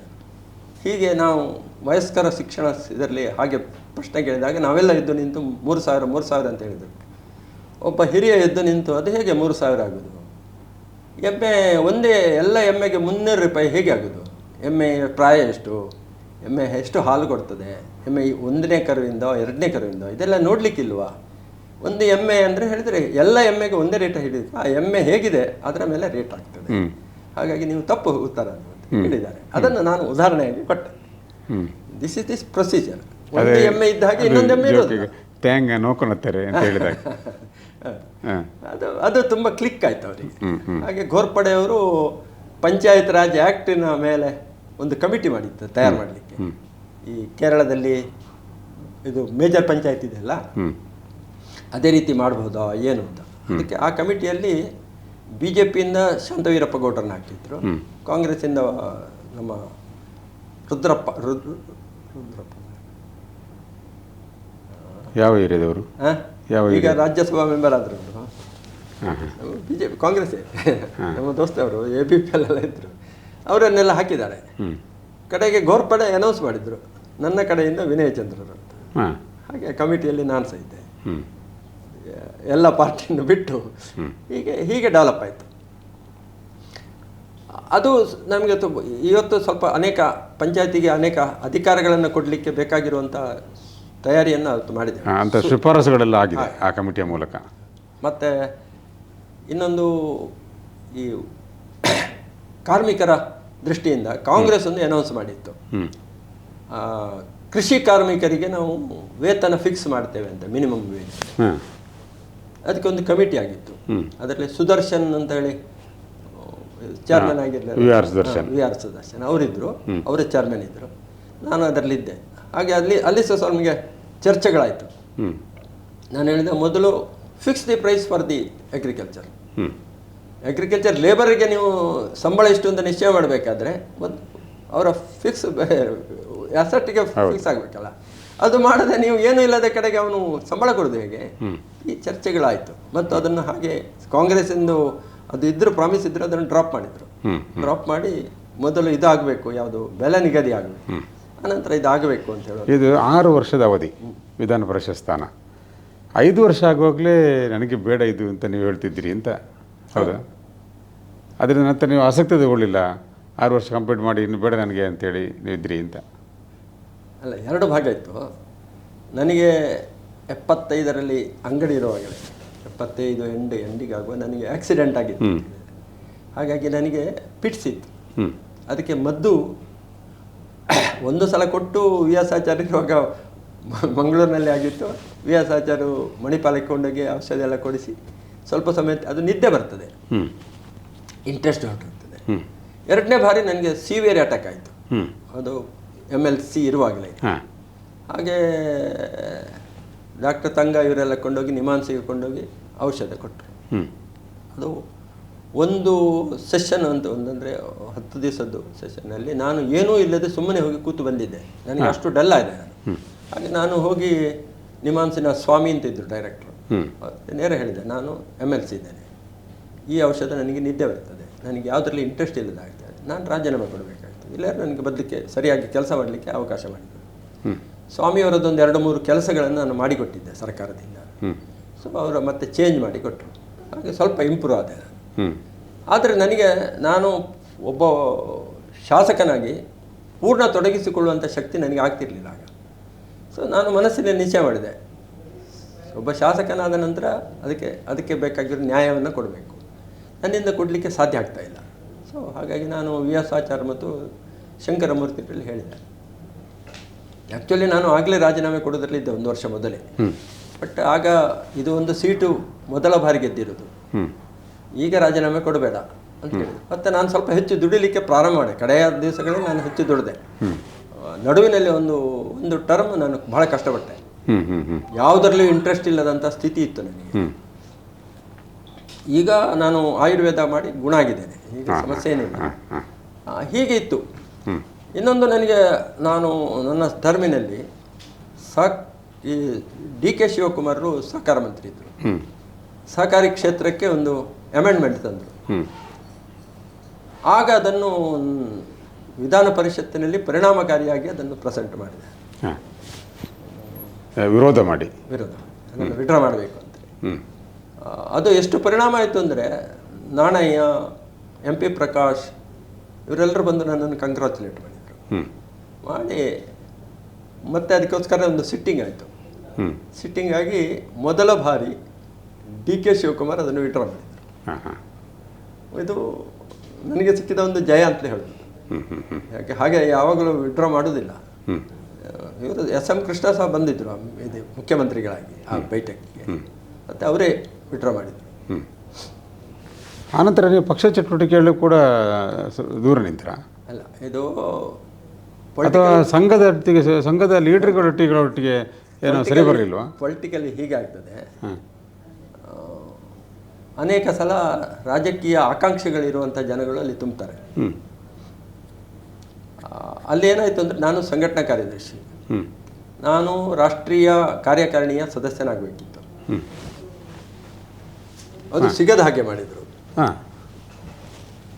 ಆಯಿತಾ? ಸಂಘಟನಾ ಕಾರ್ಯದರ್ಶಿ ಮಸ್ಟ್. ಹಾಗೆಂತೇಳಿ ಕುಶ್ಬಾವ್ ಠಾಕ್ರೆ ಇರ್ಬೋದು, ಇನ್ಚಾರ್ಜ್ ಇದ್ದಂಥ ಜ್ಯೋತಿ ಪ್ರಕಾಶ್ ಇರ್ಬೋದು, ಇವರೆಲ್ಲರೂ ನನಗೆ ಪರವಾಗಿಯೇ ಇದ್ದರು. ಬಟ್ ತಗೊಳ್ಳಿಲ್ಲ ಯಾರು. ಹಾಗೆ ಅದು ಒಂದು ರೀತಿ ಸಣ್ಣ ಸಂಘರ್ಷ ಅಲ್ಲಿ ಇತ್ತು. ಹಾಗೆ ನಿಮ್ಮ ಬದಲಿಗೆ ಯಾರನ್ನು ಮಾಡಿದರು? ಬಸವರಾಜ್ ಪಾಟೀಲ್ ಸೇಡ. ಆಯಿತಾ? ಅದು ಆಗ ನಮ್ಮ ಗೋವಿಂದಾಚಾರ್ಯ ಇದ್ರಲ್ಲ, ಗೋವಿಂದಾಚಾರ್ಯ ನಮ್ಮೊಟ್ಟಿಗೆ ಸಂಪರ್ಕದಲ್ಲಿದ್ದರು. ಮುರಳಿ ಮನೋಹರ್ ಜೋಶಿ ಅವರು ನನ್ನೊಟ್ಟಿಗೆ ಸಂಪರ್ಕದಲ್ಲಿದ್ದರು. ಹಾಗೆ ನಾವು ಒಂದು ರೀತಿ ಇದಿತ್ತು. ಆಗ ಗೋವಿಂದಾಚಾರ್ಯ ಒಂದು 2-3 ಸಲ ಇಂಥದ್ದೇ ಇದಕ್ಕೋಸ್ಕರನೇ ನನ್ನ ಕರೆದು ಬೇರೆ ಬೇರೆ ಡಿಸ್ಕಷನ್ಸ್ ಎಲ್ಲ ಆಯಿತು. ಬಟ್ ಅಲ್ಲಿ ಬೇರೆ ಬೇರೆ ಇಂಟ್ರೆಸ್ಟ್ ಇದೆ. ಯಾಕಂದರೆ ಅಲ್ಲಿ ಹೋಗಿ ಏನು ಅಂದರೆ ಎಸ್ ಹೇಳಿ ಬರುವಂಥವರ ಸಂಖ್ಯೆ ದೊಡ್ಡದಿತ್ತು. ಬಸವರಾಜ್ ಪಾಟೀಲ್ ಏನು ಹೆಚ್ಚು ಮಾತನಾಡ್ತಿರ್ಲಿಲ್ಲ. ಡಾಕ್ಟರ್ ಆಚಾರ್ಯ ಅವರು ಸಹ ತಾತ್ವಿಕ ವಿಷಯಗಳಲ್ಲಿ ಮಾತನಾಡ್ತಿದ್ರು ಹೊರತು ಬೇರೆ ಏನು ಮಾತನಾಡ್ತಿದ್ರು. ಪ್ರಾಕ್ಟಿಕಲ್ ವಿಷಯಗಳು ಹೆಚ್ಚು ಚರ್ಚೆಗೆ ಹೋಗ್ತಿರ್ಲಿಲ್ಲ ಅವರು. ಅದನ್ನು ಸ್ವಲ್ಪ ಅನಂತಕುಮಾರ್ ಹಿಡಿತದಲ್ಲಿ ಇಟ್ಟುಕೊಂಡಿದ್ದರು. ಅವರಿಗೆ ಇನ್ನೊಬ್ಬರನ್ನು ಬೆಳೆಸೋದಕ್ಕೆ ಸ್ವಲ್ಪ ಅವರ ಶಿಷ್ಯವರ್ಗವನ್ನು ಮಾತ್ರ ಬೆಳೆಸುತ್ತಿದ್ದರು. ನಾವು ಅವರ ಶಿಷ್ಯವರ್ಗ ಅಲ್ಲ. ಈ ಎಲ್ಲ ಕಾರಣಗಳಿಗೋಸ್ಕರ ತುಂಬ ಕಷ್ಟ ಆಗ್ತಿತ್ತು ಓಡಾಟ. ಆ್ಯಕ್ಚುಲಿ ನಾನು ಲಾರಿಗಳನ್ನು ಹತ್ತಿ ಓಡಾಟ ಮಾಡ್ತಿದ್ದೆ. ಬಸ್ಸುಗಳು ನಿಮಗೆ ಚಿಕ್ಕಮಗಳೂರು ಭಾಗಕ್ಕೆ ಹೋದರೆ ಮಂಗಳೂರಿಗೆ ಬರಬೇಕಾದ್ರೆ ಬಸ್ಸುಗಳಿಗೆ ಸಂಜೆ ಇರಲಿಲ್ಲ. ನಾನು ಲಾರಿಗಳಲ್ಲಿ ಹತ್ತಿ ಬರ್ತಾ ಇದ್ದೆ. ಅನೇಕ ಸಲ ಲಾರಿ ಎಲ್ಲಿಯೋ ನಿಲ್ಲಿಸ್ತಿದ್ದ. ಒಂದು ಸಲ ಎಷ್ಟು ನೆನಪಿದೆ, ಮಧ್ಯರಾತ್ರಿಗೆ ತಂದು ಉಜಿರೆಯಲ್ಲಿ ನಿಲ್ಲಿಸಿದ. ಸರ್ ಇಲ್ಲಿವರೆಗೆ ನಮ್ಮದು ಇನ್ನು ನಾಳೆ ಸರ್ ಅಂತ. ಮತ್ತೆ ಉಜಿರೆಯಲ್ಲಿ ಇಳಿದು ಎಲ್ಲಿಗೆ ಹೋಗೋದು? ಸಡನ್ ಇವರದ್ದು ನೆನಪು ಬಂತು. ಯಾರದು? ನಮ್ಮ ಪ್ರತಾಪ್ ನಾಯ್ಕರದ್ದು. ಅವರ ಮನೆಗೆ ಹೋಗಬೇಕಾದ್ರೆ 5 ಕಿಲೋಮೀಟರ್ ಹೋಗಬೇಕು. ರಿಕ್ಷಾ ಇಲ್ಲ, ಫೋನ್ ಹಾಗೆ ಮೊಬೈಲ್ ಇಲ್ಲ ಅಲ್ಲ, ಮೊಬೈಲ್ ಸ್ಟಾರ್ಟ್ ಆಗಿರಲಿಲ್ಲ. ಸೊ ಸುಮಾರು ಹೊತ್ತು ಬಸ್ ಸ್ಟ್ಯಾಂಡಲ್ಲಿ ಕೂತೆ. ಆಗ ಒಂದು ರಿಕ್ಷಾ ಬಂತು. ಅವನಿಗೆ ಕೇಳಿದೆ, ಒಂದು ಪ್ರತಾಪ್ ನಾಯ್ಕರ ಮನೆಗೆ ಬಿಡ್ಬೋದಾ ಅಂತ. ಬಿಡುವ ಸರ್, ಅವ್ರು ನನಗೆ ವಕೀಲರು ಸರ್ ಅಂತ ಮತ್ತೆ ಕರ್ಕೊಂಡೋಗಿ ಬಿಟ್ಟ. ರಾತ್ರಿ 1:30 ಗಂಟೆಗೆ ಇಂಥದ್ದೆಲ್ಲ ನಡೀತಾ ಇತ್ತು. ಸಂಘನಿಕೇತನಕ್ಕೆ ಹಾಗೆ ನಾನು ಮಂಗಳೂರಿಗೆ ಬರಬೇಕಾದ್ರೆ ಲಾರಿಗಳೆಲ್ಲ ಇದರಲ್ಲಿ ಹೈವೇಯಲ್ಲಿ ಹೋಗೋದು. KPT ಹತ್ರ ಇಳಿಸ್ತಿದ್ರು. KPTಯಿಂದ ಸಂಘನಿಕೇತನಕ್ಕೆ 4 ಕಿಲೋಮೀಟರ್ ನಡಿಬೇಕು ರಾತ್ರಿ. ಊಟ ಇರ್ತಿರ್ಲಿಲ್ಲ ನಮಗೆಲ್ಲ. ಯಾಕಂದರೆ ಸಂಘದ ಕೆಲಸ ಮಾಡೋರಿಗೆ ಅವರಿಗೊಂದು ವ್ಯವಸ್ಥೆ ಇರ್ತದೆ. BJPಲಿ ಅಂಥ ವ್ಯವಸ್ಥೆ ಇರಲಿಲ್ಲ. BJPಯಲ್ಲಿ ಇರಲಿಲ್ಲ. ವಿದ್ಯಾರ್ಥಿ ಪರಿಷತ್ ಸ್ವಲ್ಪ ಇತ್ತು. ನಾವು ಹೋದರೆ ಊಟ ಆಗಿದ್ದೋ ಇಲ್ಲೋ ಅಂತ ಕೇಳುವವರು ಇರಲಿಲ್ಲ. ಹಾಗಾಗಿ ಅನೇಕ ಸಲ ಅಂಥದ್ದೆಲ್ಲ ಆಗ್ತಾನೆ ಇತ್ತು. ಊಟ ತಿಂಡಿ, ಹಣ ಕೈಯಲ್ಲಿ ಕಿಸೆಯಲ್ಲಿ ಹಣ. ಅದು ನೀವು ವಿಧಾನ ಪರಿಷತ್ ಸದಸ್ಯರಾಗುತ್ತೆ ಮೊದಲನೇ ವಿಚಾರ ನೀವು ಹೇಳೋದು. ವಿಧಾನ ಪರಿಷತ್ ಸದಸ್ಯನಾದಾಗ ನನಗೆ ಸಹಕಾರ ಭಾರತಿ ಕಟ್ಟಲಿಕ್ಕೆ ಬಿಟ್ಟು ಸಂಘದಿಂದ ನಿಶ್ಚಯ ಆಯಿತು. ಅದಕ್ಕೆ ಕಾರಣ ಏನು ಅಂದರೆ, ಈ ಜಲಗಾಂವ್ ಅಂತ ಮಹಾರಾಷ್ಟ್ರದಲ್ಲಿ ಅಲ್ಲಿ ಒಂದು ಜನಕಲ್ಯಾಣ ಸಹಕಾರಿ ಬ್ಯಾಂಕ್ ಕಟ್ಟಿದ್ದಾರೆ.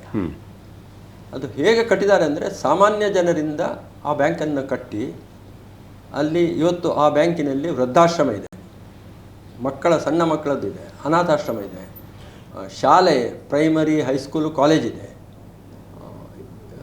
ನಾಯಿಗಳನ್ನು ನೋಡಿಕೊಳ್ಳಿಕ್ಕೆ, ದನಗಳನ್ನು ನೋಡಿಕೊಳ್ಳಿಕ್ಕೆ, ಸ್ಟ್ರೇ ಡಾಗ್ಸನ್ನು ನೋಡಿಕೊಳ್ಳಿ, ಇದೆಲ್ಲ ಇದೆ.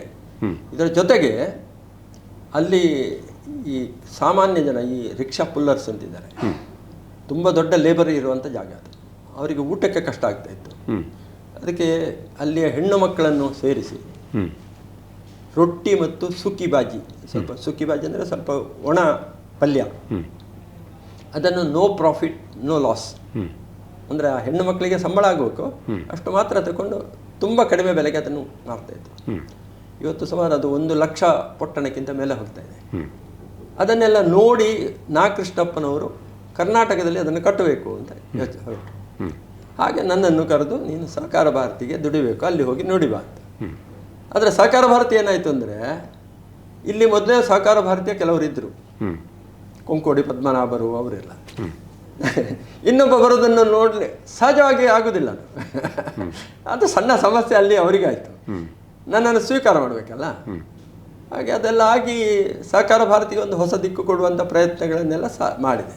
ಅದಕ್ಕೆ ನೀವು ರಾಜ್ಯ ಮಟ್ಟದಲ್ಲೇ ಇದ್ದೀರಲ್ಲ, ರಾಜ್ಯದ ಜಿಲ್ಲಾ ಮಟ್ಟದಲ್ಲಿ ಅವರು ಸಹ ರಾಜ್ಯದಲ್ಲಿ ಇದ್ದರು. ಸಹಕಾರ ಭಾರತೀಯ ರಾಜ್ಯದಲ್ಲಿ ಏನು ಇರಲಿಲ್ಲ. ದಕ್ಷಿಣ ಕನ್ನಡ, ಉಡುಪಿ, ಉತ್ತರ ಕನ್ನಡ ಹೀಗೆ ಕೆಲವು ಕಡೆ ಮಾತ್ರ ಇದ್ದದ್ದು. ಆಯಿತಾ, ಅವರೆಲ್ಲರೂ ಸೇರಿ ಒಂದು ಸಣ್ಣ ಪ್ಲ್ಯಾನ್ ಮಾಡಿದರು. ನನಗೇನಾಯಿತು, ನಾನು ರಾಷ್ಟ್ರ ಮಟ್ಟದ ಚಿಂತನೆಯಲ್ಲಿದ್ದೆಲ್ಲ, ಅಲ್ಲಿಯ ಸಂಘಟನಾ ಕಾರ್ಯದರ್ಶಿಗೆ ಏನು ಮಾಡಿದ್ರೂ ಗೊತ್ತಿಲ್ಲ. ಅವರು ನನ್ನನ್ನು ಕರೆದು, ಐಸಾ कीजिए विनय जी, आपको मलयालम आता है, तमिल आता है, थोड़ा थोड़ा तेलुगु भी आता है, इंग्लिश है आपके पास, हिंदी भी है, आपको दक्षिण भारत का इंचार्ज करेंगे, कर्नाटक यहाँ है ना, वो देखेंगे, आप तमिलनाडु, केरला, आंध्र प्रदेश देखिए ಅಂತ ಹೇಳಿ. ಅದಕ್ಕೆ ಇಲ್ಲಿ ಕೆಲವರು ಒಪ್ಪಿಗೆ ಕೊಟ್ಟಿದ್ದಾರೆ, ಮತ್ತೆ ಅದು ಗೊತ್ತಾಗಿತ್ತು ನನಗೆ. ಬಟ್ ಸಹಜವಾಗಿ ನಾನು ಅತ್ಲಾಗೆ ಹೋಗಬೇಕಾಯ್ತು. ನನಗೆ ಸ್ವಲ್ಪ ಇರುಸು ಮುರುಸು ಅದು ಸಹ ಆಯಿತು. ಯಾವುದು, ನನ್ನ ಟರ್ಮ್ ಇರುವಾಗಲೇ ನಾನು ಅದನ್ನು ಅಲ್ಲಿ ಸಹ ಓಡಾಡಬೇಕು. ಕೇರಳ ಹೇಗಿತ್ತು, ಕೇರಳದಲ್ಲಿ ಕಾರ್ಯಕರ್ತರಿದ್ದರು, ಅಲ್ಲಿ ಸಮಸ್ಯೆ ಹೆಚ್ಚು ಇರಲಿಲ್ಲ. ಬಟ್ ಸಹಜವಾಗಿ ಅಲ್ಲಿ ಇದರದ್ದು ಅಧಿಕಾರ ಕೈಯಲ್ಲಿ ಏನೂ ಇಲ್ಲದ್ರಿಂದ ಅಲ್ಲಿ ಒಳ್ಳೆಯ ಕಾರ್ಯಕರ್ತರು ಅಷ್ಟೇ ಇದ್ದರು. ತಮಿಳುನಾಡು ಏನೂ ಇರಲಿಲ್ಲ. ತಮಿಳುನಾಡೊಂದು ಮೀಟಿಂಗ್ ಕರೆದ್ರೆ ಕಾಫಿ ತಿಂಡಿ ನಾನೇ ಕೊಡಬೇಕು. ನನ್ನ ಒಟ್ಟಿಗೆ ಒಬ್ಬರು ಬರ್ತಾಯಿದ್ರು, ಅವರು ತುಂಬ ಬಡವರು, ಮನೆಯಲ್ಲಿ ಪೇಪರ್ ಬ್ಯಾಗ್ ಮಾಡಿ ಜೀವನ ಮಾಡೋರು. ಅವರಲ್ಲಿ ನಾನು ಬಸ್ ಚಾರ್ಜ್ಗೆ ಹಾಕಲಿಕ್ಕೆ ಹೇಳಲಿಕ್ಕೆ ಆಗ್ತದಾ, ನಾನೇ ಅವರ ಬಸ್ ಚಾರ್ಜನ್ನು ನಾನೇ ಕೊಡಬೇಕಾಗ್ತದೆ. ಈ ಎಲ್ಲ ಭಾಗದಿಂದ ನನ್ನ ಕೈಯಲ್ಲಿ ಕಡೆಯ ದಿವಸಗಳಲ್ಲೆಲ್ಲ 10 ಪೈಸೆ ಉಳಿತಿರಲಿಲ್ಲ. ನಾನು ಕಡೆಯ ತಿಂಗಳ ಕಡೆಗಾಗುವಾಗ ನನಗೆ ಅನೇಕ ಸಲ ಕಣ್ಣೀರು ಬರ್ತಿತ್ತು. ಅಂದರೆ ನನ್ನ ರೂಮಿಗೆ ರಾಜ್ಯದಿಂದ ಯಾರೇ ಬರಲಿ ನನ್ನ ರೂಮಿಗೆ ಬರ್ತಾರೆ, ಯಾಕೆ ನಾನು ರಾಜ್ಯ ಕಾರ್ಯದರ್ಶಿ ಇದ್ದೆ, ಹಳೆಯ ಪರಿಚಯ ಇದೆ ಅಲ್ಲ. ಮತ್ತೆ ಉಳಿದವ್ರು ಯಾರು ಎಂಟರ್ಟೈನ್ ಮಾಡ್ತಿರ್ಲಿಲ್ಲ. ನನ್ನಲ್ಲಿ ಬಂದರೆ ತಿಂಡಿ ಕಾಫಿ ಆದರೂ ಕೊಡಬೇಕಲ್ಲ, ಅದಕ್ಕೂ ಕೊರತೆ ಆಗ್ತಿತ್ತು ನನಗೆ. ತುಂಬ ಸಲ ಮನೆಯಲ್ಲೇ ತಗೊಂಡೋಗ್ಬೇಕು, ಮನೆಯಲ್ಲೇ ತಗೊಂಡೋಗ್ತೀನಿ. ಹಾಗೆ ನನಗೆ ನನ್ನ ಇಡೀ ಟರ್ಮ್ ಮುಗಿದಾಗ ನನ್ನಲ್ಲಿ ಉಳಿದದ್ದು ನನ್ನ ಒಂದು ಜೀಪ್ ಮಾತ್ರ. ಅದನ್ನು 40,000ಕ್ಕೆ ಮಾರಿದೆ. ಅದಕ್ಕಿಂತ ಹೆಚ್ಚು ಮನೆಯಲ್ಲಿ ತಗೊಂಡೋಗಿದ್ದೇನೆ. ಆನಂತರ ಇಲ್ಲಿ ನೀವು ಮತ್ತೆ ಜಿಲ್ಲೆಯಲ್ಲಿ ಸ್ವಾಭಿಮಾನದೊಟ್ಟಿಗೆ ಗುರುತಿಸಿಕೊಂಡ್ರಿ. ಅಲ್ಲ ಹೇಳಿದೆ. ಅದಾದ ನಂತರ ನನಗೆ ಸಹಕಾರ ಭಾರತಿಯಲ್ಲಿ ಒಂದು ಸಲ ಸಂಘದ ಬೈಠಕಿನಲ್ಲಿ ವರದಿ ಕೊಡಬೇಕು. ಎಲ್ಲರೂ ವರದಿ ಕೊಟ್ಟರು. ಆಗ ಪ್ರಭಾಕರ್ ಭಟ್ರು ಕಾರ್ಯವಾಹರು, ವಿನಯರು ಹೇಳಿ ಅಂತ ಹೇಳಿದರು. ಇಲ್ಲಿ ಹೇಳಲಿಕ್ಕೆ ಏನೂ ಇಲ್ಲ ನನಗೆ ತಮಿಳುನಾಡು, ಕೇರಳ, ಆಂಧ್ರ ಪ್ರದೇಶದ ಚಾರ್ಜು, ಕರ್ನಾಟಕದಲ್ಲಿ ಇಲ್ಲ ಅಂತೇಳಿ ನಾನು ಕೂತ್ಬಿಟ್ಟೆ. ಅದು ಎಲ್ಲರಿಗೂ ಶಾಕ್ ಆಯಿತು. ಹಾಗೆ ಪುನಃ ಎಲ್ಲ ಕೂತ್ಕೊಂಡು ಚರ್ಚೆಗಳಾಗಿ ಈ ಗುಜರಾತಿನಲ್ಲಿ BJP ಅಧಿಕಾರಕ್ಕೆ ಬಂದದ್ದು ಕಿಸಾನ್ ಸಂಘದಿಂದ, BJPಯಿಂದ ಅಲ್ಲ, ಅದು ಕಿಸಾನ್ ಸಂಘದ ಸಂಘಟನೆ ಭಾರಿ ಬಲವಿತ್ತು. ಆದರೆ ಕರ್ನಾಟಕದಲ್ಲಿ ಹಾಗೆ ಕಟ್ಟಬೇಕು ಅಂತ ಮತ್ತೊಂದು ತೀರ್ಮಾನ ಆಯಿತು. ಅದಕ್ಕೆ ನನ್ನ ಟರ್ಮ್ ಮುಗಿದ ಅದಕ್ಕಿಂತ ಮೊದಲೇ ಕರೆದರು, ನಿನ್ನ ಟರ್ಮ್ ಮುಗಿದ ಕೂಡಲೇ ನೀನು ಕಿಸಾನ್ ಸಂಘ ಅಂತ. ಹಾಗೆ ಮತ್ತೆ ಕಿಸಾನ್ ಸಂಘಕ್ಕೆ ಓಡಾಡಲಿಕ್ಕೆ ಶುರು ಮಾಡಿದೆ. ಕಿಸಾನ್ ಸಂಘವು ಹಾಗೆ ದಕ್ಷಿಣ ಭಾರತದ ಜವಾಬ್ದಾರಿ ಇತ್ತು, ಕರ್ನಾಟಕದ್ದು ಇತ್ತು. ಇಲ್ಲಿ ಕಿಸಾನ್ ಸಂಘದಲ್ಲಿ ಹೆಚ್ಚು ಸಮಸ್ಯೆ ಆಗಲಿಲ್ಲ, ನನಗೆ ಕೆಲಸ ಮಾಡಲಿಕ್ಕೆ ಅನುಕೂಲ ಆಯಿತು. ಇದೆಲ್ಲ ಆಯಿತು. ಕಿಸಾನ್ ಸಂಘದ ಕೆಲಸ ಮಾಡ್ತಾ ಇದ್ದಾಗ ನಾನು ಫುಡ್ ಸ್ಯಾಂಟಿಟಿ, ಆಹಾರದ ಪಾವಿತ್ರತೆ ಏನು, ಇದರ ಬಗ್ಗೆ ಪಳ್ಳತರ್ಕ ಕೇಶವ ಭಟ್ರನ್ನು ಒಂದು ಸೀರೀಸ್ ಆಫ್ ಪ್ರೋಗ್ರಾಮ್ ಮಾಡಿದೆ. ಅದು ಪುತ್ತೂರಿನಲ್ಲಿ ಪ್ರಾರಂಭ ಮಾಡೋದು ಅಂತೇಳಿ ರಾಮ್ ಭಟ್ರನ್ನು ಅದರ ಇನಾಗ್ರೇಷನ್ಗೆ ಕರೆದೆ. ಪಳ್ಳತರ್ಕ ಕೇಶವ ಭಟ್ರು ಆಹಾರ ಅಂದರೆ ಏನು, ಯಾಕೆ ಇರಬೇಕು, ಹೇಗಿರಬೇಕು, ಇದನ್ನು ಭಾಳ ಚೆನ್ನಾಗಿ ವಿವರಿಸ್ತಾ ಇದ್ರು. ಮತ್ತು ಸಣ್ಣ ಸಣ್ಣ ಔಷಧೀಯ ಆಹಾರಗಳು ಅದರ ಬಗ್ಗೆ ವಿವರಿಸ್ತಾ ಇದ್ರು. ಆಗ ರಾಮ್ ಭಟ್ರು ಇನಾಗ್ರೇಷನ್ ಆದ ಕೂಡಲೇ ನನ್ನನ್ನೊಂದು ಹಿಡಿದು ಆಚೆ ಕರ್ಕೊಂಡು ಹೋಗಿ, ಶಕುಂತಲಾ ಶೆಟ್ಟಿಗೆ ಸೀಟ್ ಇಲ್ಲ ಅಂತೆ, ಎಂಥದ್ದು ನೀನು ಹೋಗಿ ಸ್ವಲ್ಪ ಕೈ ಹಾಕಬೇಕಲ್ಲ ಅಂತ ಹೇಳಿದ್ರು. ನಾನು 4-5 ದಿವಸ ನನಗೆ ಪ್ರೋಗ್ರಾಮ್ ಇದೆ ರಾಮ್ ಭಟ್ರೆ, ಮತ್ತೆ ಬರ್ತೇನೆ ಅಂತ ಹೇಳಿದ್ರು. ಆ ಪ್ರೋಗ್ರಾಮ್ಸ್ ಎಲ್ಲ ಮುಗಿದು ವಿಟ್ಲದ ಹತ್ತಿರ ನಾರಾಯಣ ಭಟ್ರು ಅಂತಿದೆ, ಅವರ ಮನೆಯಾದ ಕಡೆಯ ಪ್ರೋಗ್ರಾಮ್, ಅಲ್ಲಿಂದ ಮತ್ತೆ ಕೇಶವ ಭಟ್ರನ್ನು ನಾನು ಪಳ್ಳತರ್ಕಕ್ಕೆ ಬಿಟ್ಟು ನಾನು ರಾತ್ರಿ ಬಸ್ ಹತ್ತಿದೆ. ಬಸ್ ಹತ್ತುವಾಗ ಅದಕ್ಕಿಂತ ಮೊದಲು BT ನಾರಾಯಣ ಭಟ್ರು ಅವರು ಇವರೆಲ್ಲ ಸಿಕ್ಕಿದ್ರು ನನಗೆ. ಅವರು ಅಂದರೆ ಪ್ರಭಾಕರ್ ಭಟ್ರು ಇದನ್ನು ಹ್ಯಾಂಡಲ್ ಮಾಡ್ತಾ ಇದ್ದಾರೆ ಮತ್ತು ಪ್ರಭಾಕರ್ ಭಟ್ರೆ ಬೇಡ ಅಂತ ಹೇಳ್ತಾ ಇದ್ದಾರೆ ಅಂತ ಸ್ಪಷ್ಟತೆ ಬಂತು. ಹಾಗೆ ನಾನು ರಾಮ್ ಭಟ್ರು ನನಗೆ ಹೇಳಿದ್ರು, ಒಮ್ಮೆ ಹೋಗಿ ಜಯದೇವರಿಗೆಲ್ಲ ಮಾತನಾಡಿ ಬಾ ಅಂತ. ಸೊ ನಾನು ಹೋಗಿ ಜಯದೇವರಿಗೆ ಮಾತನಾಡಿದೆ. 67 ನಾನು ಫೀಡ್ಬ್ಯಾಕ್ ತಗೊಂಡು ಹೋಗಿ 67 ಗ್ರಾಮ ಸಮಿತಿಗಳಲ್ಲಿ 63 ಗ್ರಾಮ ಸಮಿತಿಗಳು ಶಕುಂತಲಾ ಶೆಟ್ಟರ ಪರವಾಗಿದೆ ಮತ್ತು ನಿರ್ಣಯ ಆಗಿದೆ. ಮತ್ತು ಶಕುಂತಲಾ ಶೆಟ್ಟಿ ಬೇಡ ಅಂಥೇಳಿ ಹಳೆಯ ಕಾರ್ಯಕರ್ತರು ಯಾರಲ್ಲಿ ಇಲ್ಲ. So Shakuntala Shetty is better. ಹಾಗಾಗಿ ಇದು ಏನು ಮತ್ತು ಯಾಕೆ ಸಂಘ ಕೈ ಹಾಕ್ತದೆ, ಇದನ್ನು ಸ್ವಲ್ಪ ಕುಲಂಕುಷವಾಗಿ ಚರ್ಚೆ ಮಾಡಬೇಕು ಅಂತ ಹೇಳಿ. ಇದಕ್ಕಿಂತ ಮೊದಲು ಏನಾಯಿತು, ಒಂದು ಬೈಠಕ್ ಈ ವಂದೇ ಮಾತರಮಿನ ಶತಮಾನೋತ್ಸವದ ದೃಷ್ಟಿಯಿಂದ ಒಂದು ಬೈಠಕ್ ಆಗಿತ್ತು ಬೆಂಗಳೂರಲ್ಲಿ. ಅದು ಈ ಪಳ್ಳತರ್ಕ ಕೇಶವ ಭಟ್ರ ಪ್ರೋಗ್ರಾಮ್ ಮುಗಿಸಿದ ತಕ್ಷಣ ನನಗೆ ಬರಲಿಕ್ಕೆ ಹೇಳಿದರು. ಹಾಗೆ ಹೋಗಿದ್ದೆ. ಅಲ್ಲಿ ಎಲ್ಲ ಆಗಿ ಇನ್ನೇನಾದ್ರು ಚುನಾವಣೆಯ ಸಮಸ್ಯೆ ಇದ್ದರೆ ಮತ್ತೆ ಮಧ್ಯಾಹ್ನ ನಂತರ ಮಾತನಾಡುವ ಅಂತ ಹೇಳಿದರು. ಮತ್ತು ಅವರವರ ಕ್ಷೇತ್ರದ ವರದಿ ಕೊಡಿ ಅಂತ ಹೇಳಿದರು. ಸಂತೋಷರು ಎದ್ದು ನಿಂತು, BL ಸಂತೋಷ್ ಎದ್ದು ನಿಂತು BJPಯದ್ದೆಲ್ಲ ಕ್ಯಾಂಡಿಡೇಟ್ ಫೈನಲ್ ಆಗಿದೆ, ಏನು ಸಮಸ್ಯೆ ಇಲ್ಲ ಅಂತ ಹೇಳಿ ಅವರ ವರದಿ ಎಲ್ಲ ಕೊಟ್ಟು ಅವರು ಯಾವ ಜವಾಬ್ದಾರಿಲಿದ್ರು ಆಗ ಸಂಘಟನಾ ಕಾರ್ಯದರ್ಶಿ ನನ್ನ ಸ್ಥಾನದಲ್ಲಿ ಅವರು ರಾಜ್ಯ ಅವರು ಕೂತರು. ನಾನು ಎದ್ದಾಗ ಅನೇಕರ ಮುಖ ಇದಾಯಿತು, ಪ್ರಭಾಕರ್ ಭಟ್ರು ಇವರದ್ದೆಲ್ಲ. ನಾನು ಎದ್ದು ಗೆರಟೆ ಸಾರು, ಪಳ್ಳತರ್ಕ ಕೇಶವ ಭಟ್ರು ಗೆರಟೆ ಸಾರಿನಿಂದ ಅಲ್ಸರ್ ಗುಣ ಆಗ್ತದೆ ಇದನ್ನು ಹೇಳಿದರು. ಅದು ಬಹಳ ಪಾಪ್ಯುಲರ್ ಆಗಿತ್ತು ಅದು ಮತ್ತು ಒಂದು ಕೆಲವು ಔಷಧಿಗಳಲ್ಲಿ ಅದನ್ನು ಪ್ರೆಸೆಂಟ್ ಮಾಡಿದೆ. ಹೀಗೆ ಒಂದು ಇದು ಇದು ಕಿಸಾನ್ ಸಂಘದಿಂದ ಆಹಾರದ ಭದ್ರತೆಯ ದೃಷ್ಟಿಯಿಂದ ಇದೊಂದು ಕಾರ್ಯಕ್ರಮ ಮಾಡಿದ್ದೇವೆ, ತುಂಬ ಪಾಪ್ಯುಲರ್ ಆಗ್ತಾಯಿದೆ ಅಂತೇಳಿ ನಾನು ಕೂತೆ. ಆಗ ದುಗ್ಗು ಲಕ್ಷ್ಮಣ ಇವರೆಲ್ಲ ಬಂದರು, ನೀವು ಯಾಕೆ ಪುತ್ತೂರಿಂದ ಎತ್ತಲಿಲ್ಲ ಅಂತ ಹೇಳಿದರು.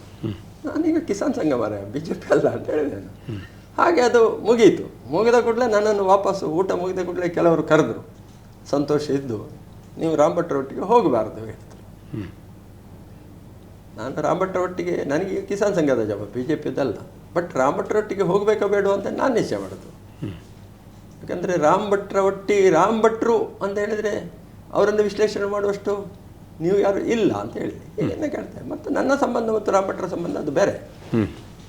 ಅವರು ಮನೆಯಲ್ಲಿ ಕೂತಾಗ ಅವರನ್ನು ತಂದು ಜಿಲ್ಲಾಧ್ಯಕ್ಷ ಮಾಡಿ ಪಾರ್ಟಿಗೆ ಒಂದು ಮತ್ತೊಂದು ದಿಕ್ಕು ಕೊಟ್ಟದ್ದು. ಆಗ ಅದೆಲ್ಲ ನನಗೆ ಇದೆ ಅಲ್ಲ ಅಂತ ಹೇಳಿದೆ, ಅಷ್ಟು ನಿಂತಿದ್ದು.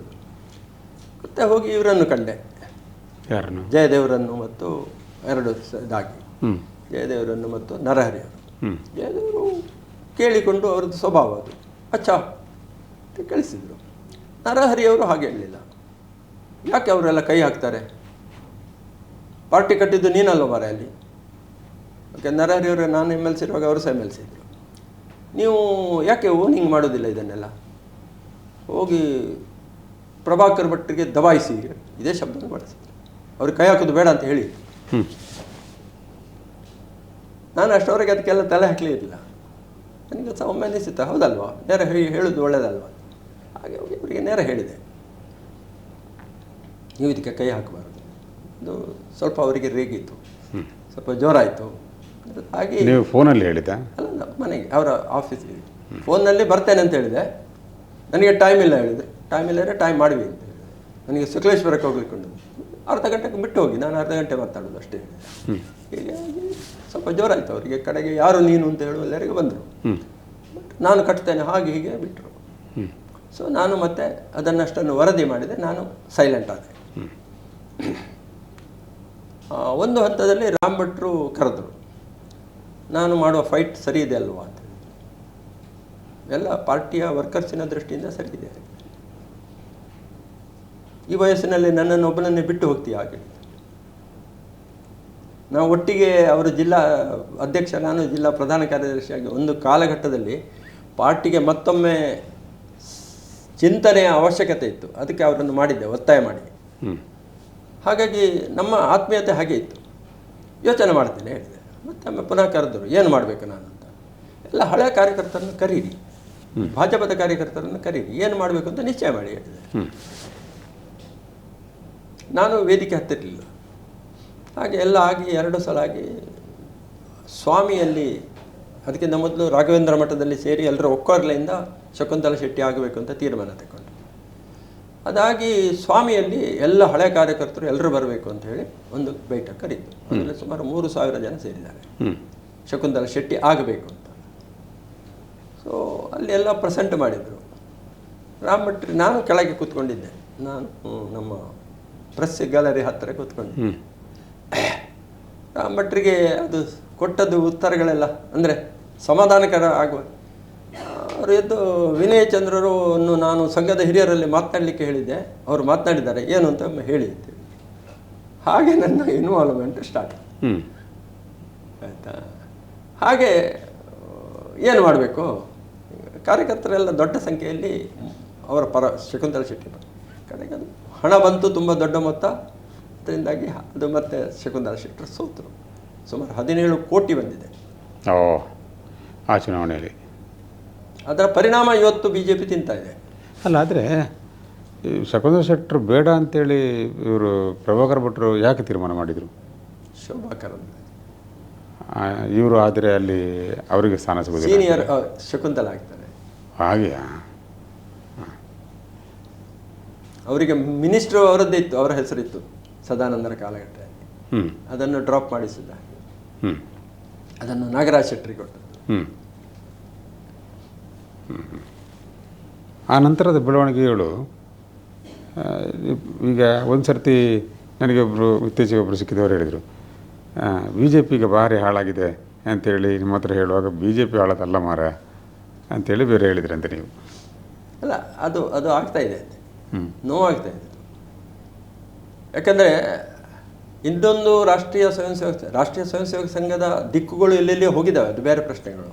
ಬಟ್ ಒರಿಜಿನಲ್ ಥಿಂಕಿಂಗ್ ಇದೆಲ್ಲ, ಅದು ತುಂಬ ಕೆಟ್ಟದಲ್ಲ. ಅದು ಸಾಮಾನ್ಯ ಜನರ ಪರವಾಗಿತ್ತು, ಜಾತೀಯತೆಯನ್ನು ತೆಗೆಯುವುದರ ಪರವಾಗಿತ್ತು, ಮತ್ತು ಗ್ರಾಮೀಣ ಪ್ರದೇಶ ಬಗ್ಗೆ ಯೋಚನೆ ಮಾಡುವಂಥ ಸಂಗತಿಗಳು ಅಲ್ಲಿ ಇತ್ತು. ರಾಷ್ಟ್ರೀಯ ಚಿಂತನೆ ಮುಖಾಂತರ ಇದನ್ನು ಕಟ್ಟಬೇಕು ಎನ್ನುವಂಥ ಸ್ಪಷ್ಟತೆ ಇತ್ತು. ಆದರೆ ಮತ್ತೆ ಅದು ಹಿಂದೂ ಏನು ಏಕತೆ ಆಗಬೇಕು, ಮುಸ್ಲಿಮರ ದ್ವೇಷ ಶುರು ಮಾಡೋದು ಅಂಥದ್ದೆಲ್ಲ ಬೇರೆ ಬೇರೆ ಸಂಘಟನೆಗಳನ್ನು ಎದ್ದು ನಿಲ್ಲಿಸಿದ್ರಿಂದ ಇದೆಲ್ಲ ಘಟನೆಗಳಾಯಿತು. ಸಂಘ ಅಂದರೆ ಮುಸ್ಲಿಂ ವಿರೋಧಿ ಅಂತ ಹೇಳುವಂಥ ಸ್ಥಿತಿ ಆಯಿತು. ಆ್ಯಕ್ಚುಲಿ ವರದಿ ಸಹಜವಾಗಿ ಹಾಗಿರಲಿಲ್ಲ. ಈಗ ಸಂಘ ಚಾಲಕರಾಗಿದ್ದವರು ಪಂಚಮಾಲ ವಾಸುದೇವ ಕಾಮತ್ರು. ಪಂಚಮಾಲ ವಾಸುದೇವ ಕಾಮತ್ರ ಅಂಗಡಿಯಿಂದ ಸುಳ್ಯದ ಗಾಂಧಿನಗರದಲ್ಲಿ ಒಂದು 10 ರಿಂದ 15 ಮುಸ್ಲಿಮರು ವ್ಯಾಪಾರ ಮಾಡ್ತಾರೆ. ಅಂದರೆ ಆ ರೀತಿಯ ಸಂಬಂಧಗಳು ಇದ್ದಾವೆ. ಅವರಿಗೆ ಸಾಲ ಕೊಡ್ತಾರೆ ಅವರು. ಹಾಗಾಗಿ ಅದು ಹಾಗೆ ಇತ್ತು. ಇವತ್ತು ಎಲ್ಲವೂ ಏನಾಗಿದೆ ಅಂದರೆ, ಕೆಲವರು ದ್ವೇಷ ಭಾಷಣಗಳಿಂದಲೇ ಪ್ರಸಿದ್ಧರಾದರು. ದ್ವೇಷ ಭಾಷಣ ಮಾತ್ರ, ವಸ್ತುಸ್ಥಿತಿ ಹಾಗಿಲ್ಲ. ಇವತ್ತು ದಕ್ಷಿಣ ಕನ್ನಡ ಜಿಲ್ಲೆಯಲ್ಲಿ ಯಡಿಯೂರಪ್ಪ ಇರುವಾಗ ಹೈಯೆಸ್ಟ್ ಹೊಯ್ಗೆ ಲೈಸೆನ್ಸ್ ಪಡ್ಕೊಂಡವರು ಮುಸ್ಲಿಂ ಸಮಾಜ.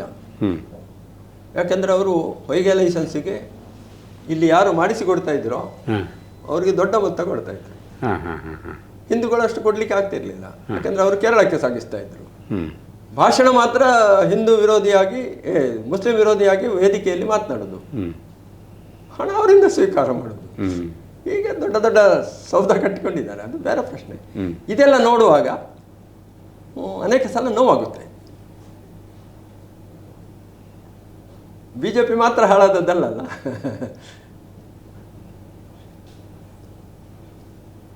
ನೀವು ಫಸ್ಟಿಗೆ ತಂದೆಯವರೊಂದು ಮಾತು ಹೇಳಿದರು, ಇಂದಿರಾ ಗಾಂಧಿ ಅವರ ಹಿಂದೆ ಹೋಗೋದಕ್ಕಿಂತ ಯಾಕೆ ಬೇಕಾಗಿ ಇಂದಿರಾ ಗಾಂಧಿ ಹಿಂದೆ ಬೇಡ ಅಂತೇಳಿ ಅನಿಸಿದೆ. ಆ ಮಾತಿಗೆ ಸರಿಯಾದ ವಾತಾವರಣ ಈಗ ಏನಾದರೂ ಅಂಥದ್ದೇನೋ ಅನ್ವಯ ಆಗ್ತದೆ ಅಂತ ನಿಮ್ಗೆ ಅನಿಸ್ತದ? ಖಂಡಿತ ಇದೆ. ನಾನು ಸ್ಪಷ್ಟ ಮಾಡ್ತಾ ಇದ್ದೆ, ಕೆಲವು ಸಲ ನನ್ನ ಆತ್ಮೀಯ ಮಿತ್ರರ ಜೊತೆಗೂ ಸ್ವಲ್ಪ ಕಾವೇರಿದ ಚರ್ಚೆಗಳಾಗಿದೆ. ಯಾಕಂದರೆ ತುಂಬ ಜನ ಪೂರ್ತಿ ಮೋದಿಯನ್ನು ದೇವರು ಅಂತ ಹೇಳಿ ತಿಳ್ಕೊಂಡವರಿದ್ದಾರೆ. ನಾನು ಹಾಗಿಲ್ಲ, ಯಾಕಂದರೆ ನಾನು ಪ್ರಧಾನ ಕಾರ್ಯದರ್ಶಿ ಇರುವಾಗ ಅವರು ಗುಜರಾತಿನ ಪ್ರಧಾನ ಕಾರ್ಯದರ್ಶಿ. I know him personally. ಅವರ ಕೆಲವು ಆರ್ಟಿಕಲ್ 370 ಐ ಅಗ್ರಿ, ಅದನ್ನು ಬೇರೆ ಯಾರಿಂದ ಮಾಡಲಿಕ್ಕೆ ಆಗ್ತಿರ್ಲಿಲ್ಲ. ತಲಾಕು ಇಂಥದ್ದನ್ನು ಕೆಲವನ್ನು ನಾನು ಒಪ್ಪಿಕೊಳ್ತೇನೆ. ಹಾಗೆಂತೇಳಿ ನಾನು ಅವರ ಸ್ಟೈಲ್ ಆಫ್ ಫಂಕ್ಷನಿಂಗ್ ನಾನು ಒಪ್ಪಿಕೊಳ್ಳಲ್ಲ. ಯಾರನ್ನೂ ಕಾರ್ಯ ತಗೊಳ್ಳದೆ ತಾನು ಮತ್ತು ತನ್ನ ಗೃಹ ಮಂತ್ರಿ ಮಾತ್ರ ಪಾರ್ಟಿಯನ್ನು ಯೋಚನೆ ಮಾಡುವರು ಅಂತ ಹೇಳುವಂಥ ಕಲ್ಪನೆ ಇದೆಯಲ್ಲ, ಇದು ತುಂಬ ಕೆಟ್ಟದ್ದು. ಇದು ಇಂದಿರಾ ಗಾಂಧಿ ಮಾಡ್ತಾಯಿದ್ರು, ಅದನ್ನೇ ಇವರು ರಿಪೀಟ್ ಮಾಡಿದ ಹಾಗೆ ನನಗೆ ಅನಿಸ್ತದೆ. ನಾನು ಅದನ್ನು ವಿರೋಧ ಮಾಡ್ತೇನೆ, ನಾನು ಅದನ್ನು ಸಪೋರ್ಟ್ ಮಾಡೋದೇ ಇಲ್ಲ. ನಾನು ಮೋದಿಯೇ ಭಾರತದ ಸರ್ವಶ್ರೇಷ್ಠ ಅಂತ ಹೇಳಿ ತಿಳ್ಕೊಳ್ಳೋದಿಲ್ಲ. ಈಗ ಈ ಏನು ಚಿಂತನೆಗಳು ನಿಮ್ಮಲ್ಲಿ ತಲೆಮಾರುಗಳಿದೆ, ಇದಕ್ಕೆಲ್ಲ ಈ ಗಾಂಧಿ ಚಿಂತನೆಯಲ್ಲಿ ಉತ್ತರ ಇದೆ ಅಂತ ನೀವು ಭಾವಿಸ್ತೀರಾ? ನಾನು ಗಾಂಧಿ ಚಿಂತನೆ, ನಾನು ಅದು ಹೇಳಿದೆಲ್ಲ, ಗ್ರಾಮೀಣ ಪ್ರದೇಶದ ಇದರ ಗ್ರಾಮ ಪಂಚಾಯತ್ ರಾಜ್ಯ ವ್ಯವಸ್ಥೆಯಲ್ಲಿ ಇದನ್ನೇ ಪ್ರಸ್ತಾಪ ಮಾಡಿರೋದು. ನಾವು ಜನಸಂಖ್ಯೆ ಇರುವಾಗಲೂ ಅದೊಂದು ಥಾಟ್ ಇತ್ತು, ಮಾಸ್ ಪ್ರೊಡಕ್ಷನ್ ಅಲ್ಲ, ಪ್ರೊಡಕ್ಷನ್ ಬೈ ಮಾಸಸ್, ಇದು ಆಗಬೇಕು. ಇದು ಗಾಂಧಿ ಚಿಂತನೆ. ಗ್ರಾಮೀಣ ಸ್ವರಾಜ್ಯ ಮತ್ತು ಗ್ರಾಮೀಣ ಕೈಗಾರಿಕೆಗಳ ಒತ್ತು ಕೊಡಬೇಕಾಗಿರುವಂಥ ಯೋಚನೆ ಇದ್ದದ್ದು ಗಾಂಧೀಜಿ. ಇವತ್ತು ಗಾಂಧೀಜಿಯನ್ನು ಬೇರೆ ಬೇರೆ ಅರ್ಥ ಮಾಡದೆ ಆವತ್ತಿನ ಸ್ಥಿತಿಗತಿಗಳನ್ನು ಅರ್ಥ ಮಾಡದೆ ಟೀಕೆ ಮಾಡುವವರು ತುಂಬ ಜನ ಇರ್ಬೋದು. ಬಟ್ ಅವತ್ತು ಎಷ್ಟು ಪ್ರಸ್ತುತತೆ ಇದೆ ಅಂದರೆ, ಮ್ಯಾಂಚೆಸ್ಟರನ್ನು ಅಲುಗಾಡಿಸಲಿಕ್ಕೆ ಸಾಧ್ಯ ಆಯ್ತಲ್ಲ ಚರಕ ಒಂದರಿಂದ. ಇಂಥ ಥಾಟ್ ಇವತ್ತು ಜಪಾನ್ ಎದ್ದು ನಿಂತದ್ದು ಅಂಥದ್ದರಿಂದಲ್ವ, ಸಣ್ಣ ಕೈಗಾರಿಕೆಗಳಿಂದ. ಅದಕ್ಕೆ ಇಲ್ಲಿ ಅದು ಅವಶ್ಯಕತೆ ಇದೆ. ಇಲ್ಲಿ ದೊಡ್ಡ ಕೈಗಾರಿಕೆಗಳು ಮಾಸ್ ಪ್ರೊಡಕ್ಷನ್ನಿಂದ ಅಲ್ಲ, ಸಣ್ಣ ಸಣ್ಣ ಗುಡಿ ಕೈಗಾರಿಕೆಗಳ ಮುಖಾಂತರ ಭಾರತ ಬೆಳಿಬೇಕಾಗ್ತದೆ, ತುಂಬ ಜನರಿಗೆ ಉದ್ಯೋಗ ಸಿಗ್ತದೆ. ಅದಕ್ಕೆ ಈಗ ಗೋವಿಂದಾಚಾರ್ಯ ಒಂದು ಪ್ರೆಸೆಂಟ್ ಮಾಡಿದ್ದಾರೆ, ಯಾವುದೇ ಡೆವಲಪ್ಮೆಂಟ್ ಅದು ಎಕಾನಮಿ ಓರಿಯೆಂಟೆಡ್ ಆಗಬಾರ್ದು, ಅದು ಹ್ಯೂಮನ್ ಓರಿಯೆಂಟೆಡ್ ಆಗಬೇಕು. ಹೆಚ್ಚು ಜನರಿಗೆ ಉದ್ಯೋಗ ಕೊಡುವಂಥ ಡೆವಲಪ್ಮೆಂಟ್ ಆಗಬೇಕು, ಹೆಚ್ಚು ಜನರಿಗೆ ವ್ಯವಹಾರ ಮಾಡಲಿಕ್ಕೆ, ಹೆಚ್ಚು ಜನರಿಗೆ ಬದುಕಲಿಕ್ಕೆ ಆಗುವಂಥ ವ್ಯವಹಾರ ಆಗಬೇಕು. ಅದಕ್ಕೋಸ್ಕರ ಅವರು ಅದನ್ನು ಜನಪರ ಅಭಿವೃದ್ಧಿ ಅಂತ ಕರೆದಿದ್ದಾರೆ. ಹಾಗಾದ್ರೆ ಈಗ ಗಾಂಧೀಜಿ ಪ್ರತಿಪಾದನೆ ಮಾಡಿದಂಥ ವಿಚಾರ ಕೂಡ ಇದೇ ಆಗಿತ್ತು. ಹೌದು. ಆದರೆ ಈಗ ಆಗ ನೆಹರು ಪ್ರಧಾನಿ ಆದ ನಂತರ ಯಾಂತ್ರಿಕತೆಗೆ ಹೆಚ್ಚು ಆದ್ಯತೆ ಕೊಡುವಂಥ ಪರಿಸ್ಥಿತಿ ಬಂತಲ್ಲ, ಅದು ಅಲ್ಲ ಆಗಲೂ ಆ ಕಾಲಘಟ್ಟದ ಅನಿವಾರ್ಯತೆ ಅದು ಅಂತ ಹೇಳ್ತಾರೆ. ಈಗ ಕಾಲಘಟ್ಟದ ಅನಿವಾರ್ಯತೆ ಅಂದರೆ ಹಾಗೆ ಅಂತೇಳಿ ನೆಹರು ಅವರನ್ನೆಲ್ಲನ್ನು ಹೊತ್ತುಕೊಳ್ಳಿಲ್ಲ. ಟಾಟಾ ಆಗಲಿ ಬಿರ್ಲಾ ಆಗಲಿ ಅವರನ್ನು ಯಾರನ್ನು ಹೊತ್ತುಕೊಂಡು ಹೋಗಲಿಲ್ಲ. ಅವರಿಗೆ ಇದು ಮಾಡಲಿಕ್ಕೆ ಬಿಟ್ಟಿದ್ದಾರೆ. ನಾನು ಎಲ್ಲ ಕ್ಷೇತ್ರಗಳಲ್ಲಿ ನೀವು ಇದನ್ನು ಗುಡಿ ಕೈಗಾರಿಕೆಗಳಿಗೆ ಹೋಗಿ ಅಂತ ಹೇಳಲಿಕ್ಕೆ ಆಗೋದಿಲ್ಲ. ಕೆಲವು ಆರಿಸಿದ ಕ್ಷೇತ್ರಗಳಿದ್ದಾವೆ, ಅದನ್ನು ದೊಡ್ಡ ಕ್ಷೇತ್ರಗಳಿಗೆ ಬಿಟ್ಟುಬಿಡಿ. ಸಣ್ಣ ಸಣ್ಣ ಪ್ರೊಡಕ್ಷನ್ಸ್ ಇದ್ದಾವೆ, ಅದನ್ನು ಸಾಮಾನ್ಯ ಜನರ ಕೈಗೆ ಕೊಡಿ. ಅದಕ್ಕೆ BJPಯ ಪ್ರಾರಂಭದಲ್ಲಿ ಸಹ ಗಾಂಧಿಯನ್ ಸೋಷಿಯಲಿಸಮ್ ಎನ್ನುವ ಶಬ್ದವನ್ನು ಅದನ್ನು ಕೊಟ್ಟವರು ಬೈರಾನ್ ಸಿಂಗ್ ಶೆಕಾವತ್. ಬೈರಾನ್ ಸಿಂಗ್ ಶೆಕಾವತ್ ಅದನ್ನು ಪ್ರೆಸೆಂಟ್ ಮಾಡಿದಾಗ ಬಹಳ ವಿರೋಧ ಆಯಿತು ಭಾಜಪದ ಒಳಗೆ ಕೂಡ. ಅದರಲ್ಲಿ ವಿಜಯರಾಜ ಸಿಂಧ್ಯಾ ಮತ್ತು ಅವರ ಕಂಪನಿ ತುಂಬ ವಿರೋಧ ಮಾಡಿದರು. ಒಂದು ದಿವಸ ಅದಕ್ಕೋಸ್ಕರ ಡಿಸ್ಕಷನ್ ಆಯಿತು. ಯಾಕಂದ್ರೆ ನಾವು ಕಾರ್ಯಕ್ರಮ ಬೊಂಬೆಯಲ್ಲಿ ಆದಾಗ ನಾವೆಲ್ಲ ಇದ್ದೇವೆ ಅಲ್ಲಿ. ಕಡೆಗೆ ಬೈರಾನ್ ಸಿಂಗ್ ಶೆಕಾವತ್ ಗಾಂಧಿ ಸೋಷಿಯಲಿಸಮ್ ಅಂದರೆ ಏನು ಅಂತ ವಿವರಿಸಿದರು. ಸಹಕಾರಿ ಕ್ಷೇತ್ರದ ಮುಖಾಂತರ, ಸರ್ವಜನರ ಪಾಲುಗೊಳ್ಳುವಿಕೆಯ ಮುಖಾಂತರ ಅಭಿವೃದ್ಧಿ, ಇದು ಗಾಂಧಿಯನ್ ಸೋಷಿಯಲಿಸಮ್. ಇದನ್ನು ಅವರು ವಿವರಿಸಿದ ನಂತರ ಅದು ಓಕೆ ಆಯಿತು.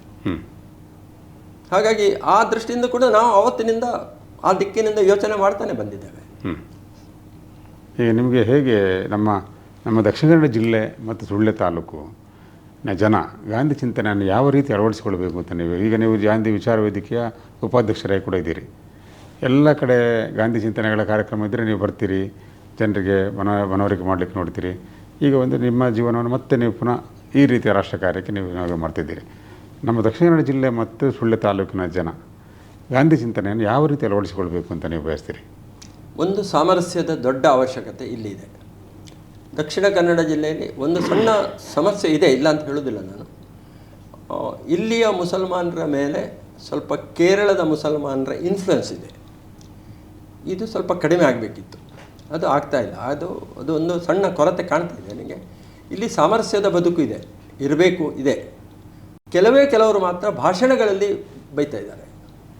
ಮತ್ತು ಒಂದು ಸಣ್ಣ ಪೆಟ್ಟಿಸ್ಟ್ ಗುಂಪುಗಳು ಅಂತ ಹೇಳೋದಿಲ್ವ, ಇದು ಅಲ್ಲಲ್ಲಿ ಎರಡು ಕಡೆಯಲ್ಲಿದೆ. ನನಗೆ ಸುಳ್ಯದ ಹಿಂದಿನ ನೆನಪು ಇದೆ. ನನಗೆ ಸುಳ್ಯದ ಪೇಜಾವರ ಶ್ರೀಗಳ ಕಾಲಘಟ್ಟದ ಗಲಾಟೆ ಆಯ್ತಲ್ಲ, ಪೇಜಾವರ ಶ್ರೀಗಳಿಗೆ ಅದಕ್ಕಿಂತ ಸ್ವಲ್ಪ ಮೊದಲು ನಾನು ಮತ್ತು 5 ಸ್ಟಾರ್ ಮಮ್ಮು ನಾವಿಬ್ಬರು ಕೂತ್ಕೊಂಡು ಮಾತನಾಡಿದ್ದೇವೆ. ನೋಡಿ ಮಮ್ಮುಚ್ಚ, ನಿಮ್ಮ ಹುಡುಗರನ್ನು ನೀವು ಕಂಟ್ರೋಲ್ ಮಾಡಬೇಕು, ನಮ್ಮ ಹುಡುಗರನ್ನು ನಾವು ಕಂಟ್ರೋಲ್ ಮಾಡಬೇಕು. ಇಲ್ಲದಿದ್ದರೆ ಸಂಘರ್ಷ ಪ್ರಾರಂಭ ಆಗ್ಬೋದು. ಎರಡೂ ಕಡೆಯಲ್ಲಿಯೂ ಸ್ವಲ್ಪ ಸಂಘರ್ಷದ ವಾತಾವರಣ ಇದೆ. ಇದನ್ನು ನಾವು ಯಾಕಂದರೆ ಅದು ಆಗ ಸದ್ದಾಮ್ ಸ್ವಲ್ಪ ಜೋರಿದ್ದ ನೋಡಿ, ಆ ಕಾಲಘಟ್ಟ ಅದು. ಆಗ ಅವರು ಒಂದು ಮಾತು ನನಗೆ ಹೇಳಿದರು, ಹೌದು ನೀವು ಹೇಳೋದು ಹೌದು, ನನಗೆ ಸಹ ಅರ್ಥ ಆಗ್ತದೆ. ಬಟ್ ಇವತ್ತಿನ ಹುಡುಗರು ನಮ್ಮ ಮಾತು ಕೇಳ್ತಾರಾ? ಇದು ಒಂದು ಪ್ರಶ್ನೆಯನ್ನು ಅವರು ಮುಂದೆ ಇಟ್ಟಿದ್ದರು. ನಮ್ಮ ಮಾತು ಇವತ್ತು ಕೇಳುವುದಿಲ್ಲ ಹುಡುಗರು. ಇದು ಹಿಂದೂ ಸಮಾಜದಲ್ಲಿಯೂ ಇದೆ, ಮುಸಲ್ಮಾನ ಸಮಾಜದಲ್ಲಿಯೂ ಇದೆ. ಇದು ರಿಫಾರ್ಮ್ ಆಗಬೇಕಿತ್ತು. ಅದಕ್ಕೆ ಏನು ಮಾಡಬೇಕು ಅಂತ ಹೇಳುವಂಥದ್ದು ಸ್ಪಷ್ಟ. ಇವತ್ತು ಸಂಘದ ಪ್ರಮುಖರು ಸಹ ಮತ್ತೆ ಸಾಮರಸ್ಯದ ಮಾತುಗಳನ್ನು ಮಾತನಾಡಲಿಕ್ಕೆ ಶುರುವಾಗಿದೆ. ಯಾಕೆಂದರೆ ಹಿಂದೂ ಮುಸ್ಲಿಂ ದ್ವೇಷ ಎನ್ನುವುದು ಉಂಟಲ್ಲ, ಅದು ಬರೀ ರಾಷ್ಟ್ರೀಯ ಚಿಂತನೆ ಇದು ಅಲ್ಲ, ಅದು ಅಂತಾರಾಷ್ಟ್ರೀಯ ಮಟ್ಟಕ್ಕೆ ಹೋಗುತ್ತೆ. ಇವತ್ತಿಲ್ಲದಿದೆ ನಾಳೆ. ಈ ನೂರಾರು ಜನ ನಮ್ಮ ಹುಡುಗರು ಹೋಗಿ ವಿದೇಶದಲ್ಲಿ ಕೆಲಸ ಮಾಡ್ತಾ ಇಲ್ವಾ? ಹೌದು. ತುಂಬ ಒಳ್ಳೆಯ ಸ್ಥಾನಮಾನದಲ್ಲಿ ಇಲ್ವಾ? ನಾಳೆ ಇದೇ ಸಂಘರ್ಷ ಜೋರಾದರೆ ಎಲ್ಲ ಚಿಂತನೆಗೆ ಒಟ್ಟು ಚಿಂತನೆ ಮಾಡುವಂಥ ಒಂದು ಯೋಜನಾಬದ್ಧವಾದಂಥ ಜನಗಳು ಬೇಕಾಗಿದೆ. ಸೊ ನಾನು ಅರವಿಂದರ ಜೊತೆಗೆ 2-3 ಸಲ ಅದನ್ನು ಪ್ರಯತ್ನ ಮಾಡಿದೆವು. ಆ್ಯಕ್ಚುಲಿ ನಾವು ಸಾಮರಸ್ಯದ ಬದುಕಿಗೆ ಪೂರಕವಾಗಿ ಸಂತೋಷ್ ಹೆಗಡೆ ಅವರನ್ನು ಕರೆದದ್ದು ಹಾಗೆ ಆವತ್ತು. ಅದು ಮತ್ತೆ ಸ್ವಲ್ಪ ಅದು ಭ್ರಷ್ಟಾಚಾರದ ವಿರುದ್ಧ ಹೋಯಿತು. ಸಾಮರಸ್ಯದ ಬದುಕಿಗೆ ಒಂದು ಕಲ್ಪನೆ ಕೊಡುವಂಥ ಒಂದು ಅವಶ್ಯಕತೆ ಇವತ್ತಿದೆ ದಕ್ಷಿಣ ಕನ್ನಡ ಜಿಲ್ಲೆಯಲ್ಲಿ. ಹಾಗಂತೇಳಿ ದಕ್ಷಿಣ ಕನ್ನಡ ಜಿಲ್ಲೆ ಯಾರು ಸಹ ಬಾಯಲ್ಲಿ ಇದ್ದಾರೆ ಹೊರತು, ಇವತ್ತು ಗುತ್ತಿಗಾರಿನಲ್ಲಿ ಹೈಯೆಸ್ಟ್ ವ್ಯಾಪಾರ ಇರೋದು ಮುಸಲ್ಮಾನರೇ. ಅಡಿಕೆ ಇದ್ದು ಸುಳ್ಯದಲ್ಲಿ ಬೆಳ್ಳಾರಿಯಲ್ಲಿ ಹೈಯೆಸ್ಟ್ ಅಡಿಕೆ ವ್ಯಾಪಾರ ಇರೋದು ಮುಸಲ್ಮಾನರ ಕೈಯಲ್ಲಿ. ಸಾಮರಸ್ಯ ಇದೆ, ಆದರೆ ಅದನ್ನು ವ್ಯಾವಹಾರಿಕ ಮಾಡಲಿ, ಈಗ ರಾಜಕೀಯವಾಗಿ ಮಾತ್ರ ಅದು ಲಾಭ ತರ್ತದೆ ಅಂತ ಹೇಳುವಂಥ ದೃಷ್ಟಿಯಿಂದ ಇದೆಲ್ಲ ಆಗ್ತಾ ಇದೆ. ಈಗ ನಿಜವಾಗಿ ನಮಗೆ ಈಗ ನಾವೀಗ ಸುದ್ದಿ ಪತ್ರಿಕೆಯಲ್ಲಿ ಡಾಕ್ಟರ್ ಶಿವಾನಂದ್ ಅವರು ಈಗ ಭ್ರಷ್ಟಾಚಾರದ ವಿರುದ್ಧದ ವಿಚಾರವಾಗಿ ಮತ್ತು ಗಾಂಧಿ ಪ್ರಣೀತ ನಮಗೇನು ಈ ಹಳ್ಳಿಯಿಂದ ಡಿಲ್ಲಿಗೆ ಆಡಳಿತ ಆಗಬೇಕು ಅನ್ನೋ ವಿಚಾರ ನಾವು ಯಾವಾಗಲೂ ಸಂಪಾದಕ್ಕೆ ಬರೆಯೋದು, ಜನರಲ್ಲಿ ಮಾತಾಡೋದು ಮಾಡ್ತಾ ಇದ್ದಾರೆ, ನಾವು ಮಾಡ್ತಾ ಇದ್ದೇವೆ. ಈ ಈ ಜನಜಾಗೃತಿಯ ವಿಚಾರದ ಬಗ್ಗೆ ನಿಮ್ಮ ಅಭಿಪ್ರಾಯ ಏನು? ಜನಜಾಗೃತಿಯೇ ಈಗ ಇರುವಂಥ ಅವಶ್ಯಕತೆ. ಒಂದು ಇವತ್ತೊಂದು ಮಾನಸಿಕತೆ ಬಂದು ಹೋಗಿದೆ. ನಾನು 2-3 ಸಲ ಗಾಂಧಿ ಇದಕ್ಕೆ ಫೇಸ್ಬುಕ್ಕಿನಲ್ಲಿ ಹಾಕಿದಾಗ ಒಂದಿಷ್ಟು ಜನ ಭಯಂಕರ ವಿರೋಧ ಮಾಡಿದ್ದಾರೆ. ಎಲ್ಲರೂ ಪ್ರಶ್ನೆ ಮಾಡುವಲ್ಲಿಯರಿಗೆ ಹೋದರು. ನಾನು ಕೆಲವು ಸಲ ಇಂಥದ್ದನ್ನೆಲ್ಲವನ್ನು ಒಮ್ಮೊಮ್ಮೆ ರಿಯಾಕ್ಟ್ ಮಾಡಿ ಕೊಡಲಿ. ಯಾಕೆಂದ್ರೆ ನನಗೆ ಅಂಥದ್ದು ಫೇಸ್ಬುಕ್ಕು ಇದರಲ್ಲೆಲ್ಲ ತುಂಬ ಆ್ಯಕ್ಟಿವ್ ಇರಲಿಕ್ಕೆ ನನ್ನ ಮನಸ್ಸಲ್ಲಿ ಒಪ್ಪೋದಿಲ್ಲ ಮತ್ತು ನನಗೆ ಆಗೋದು ಇಲ್ಲ. ಬಟ್ ಅನೇಕ ಸಲ ನಾನು ಉತ್ತರ ಕೊಡಬೇಕಾಗ್ತಿತ್ತು. ಆಯಿತಾ? ಇದರ ಅರ್ಥ ಏನು ಅಂದರೆ, ಈ ಒಂದು ಸಣ್ಣ ವರ್ಗ ಅದು ಇನ್ನೂ ಆ್ಯಂಟಿ ಗಾಂಧಿಯನ್. ಅದು ಯಾಕೆ? ಈಗ ನೋಡಿ, RSS ಗಾಂಧಿ ಚಿಂತನೆ ವಿರುದ್ಧವಾಗಿರಲಿಲ್ಲ. ಹೌದು. ಆದರೂ ಕೂಡ ಈ ಸ್ವಲ್ಪ ವರ್ಗ ಗಾಂಧಿ ಅಂತ ಹೇಳಿದ್ರೆ ಭಾರಿ ವಿರೋಧ ಇದೆ. ಅದು ಯಾಕೆ? ಅದು ಪ್ರಾರಂಭ ಆದದ್ದು ಗಾಂಧಿ ಈಗ ಸಂಘದ ಬೆಳಗ್ಗಿನ ಪ್ರಾಥಮಿಕ ಇದರಲ್ಲಿ ಬೆಳಗ್ಗಿನ ಒಂದು ಪ್ರಾರ್ಥನೆ ಇದೆ. ಅದರಲ್ಲಿ ಗಾಂಧಿ ಬರ್ತಾರೆ, ಅದರಲ್ಲಿ ಅಂಬೇಡ್ಕರ್ ಬರ್ತಾರೆ, ಎಲ್ಲರೂ ಇದ್ದಾರೆ, ಮಹಾತ್ಮ ಫುಲೆ ಇದ್ದಾರೆ, ನಾರಾಯಣ ಗುರು ಇದ್ದಾರೆ. ಹಾಗಾಗಿ ಅಲ್ಲಿ ಥಾಟ್ಸ್ ಸರಿ ಇದೆ. ಆದರೆ ವಸ್ತುಸ್ಥಿತಿ ಅನೇಕರಿಗೆ ಕಾಂಗ್ರೆಸ್ಸನ್ನು ವಿರೋಧ ಮಾಡಬೇಕು ಅಂತ ಹೇಳುವ ಕಾರಣಕ್ಕೆ ಗಾಂಧಿಯನ್ನು ವಿರೋಧ ಮಾಡಲಿಕ್ಕೆ ಶುರು ಮಾಡಿದರು, ನೆಹರುವನ್ನು ವಿರೋಧ ಮಾಡಲಿಕ್ಕೆ ಶುರು ಮಾಡಿದರು. ಈ ಎಲ್ಲ ಬೇರೆ ಬೇರೆ ಕಾರಣಗಳು ಅದಕ್ಕೆ ಹುಟ್ಟಿಕೊಂಡವು. ಇವತ್ತು ಏನಾಗಿದೆ ಅಂದರೆ, ಇವತ್ತು ಹಿಂದೂ ಲೀಡರ್ ಆಗಬೇಕು ಅಂತ ಹೇಳಿದರೆ ಗಾಂಧಿಗೆ ಬೈಬೇಕು, ಹಿಂದೂ ಲೀಡರ್ ಆಗಬೇಕಾದ್ರೆ ನೆಹರುಗೆ ಬೈಬೇಕು, ಹಿಂದೂ ಲೀಡರ್ ಆಗಬೇಕಾದ್ರೆ ಕಾಂಗ್ರೆಸ್ಗೆ ಬೈಬೇಕು, ಮುಸಲ್ಮಾನರಿಗೆ ಬೈಬೇಕು. ಇದೊಂದು ಸ್ಟಾರ್ಟ್ ಆಗಿಬಿಟ್ಟಿದೆ. ಇದು ಸ್ವಲ್ಪ ಸಮಯ ನಿಲ್ಬೋದು. ಇದು ಏನೋ ಪರ್ಮನೆಂಟ್ ಇದಲ್ಲ. ಯಾಕೆ ನಾಳೆ ಇವತ್ತು ಇಲ್ಲದ್ರೆ ನಾಳೆ BJP ಸಾರ್ವಜನಿಕವಾಗಿ ಜನರ ನಡುವಿನಲ್ಲೇ ಹೋಗಿ ಬೆಳಿಬೇಕಾಗ್ತದೆ. ಇವತ್ತು ಬರೀ ಹಿಂದೂಗಳ ಮೇಲೆ ಹೋಗಿ ಬೆಳಿಲಿಕ್ಕೆ ಆಗೋದಿಲ್ಲ.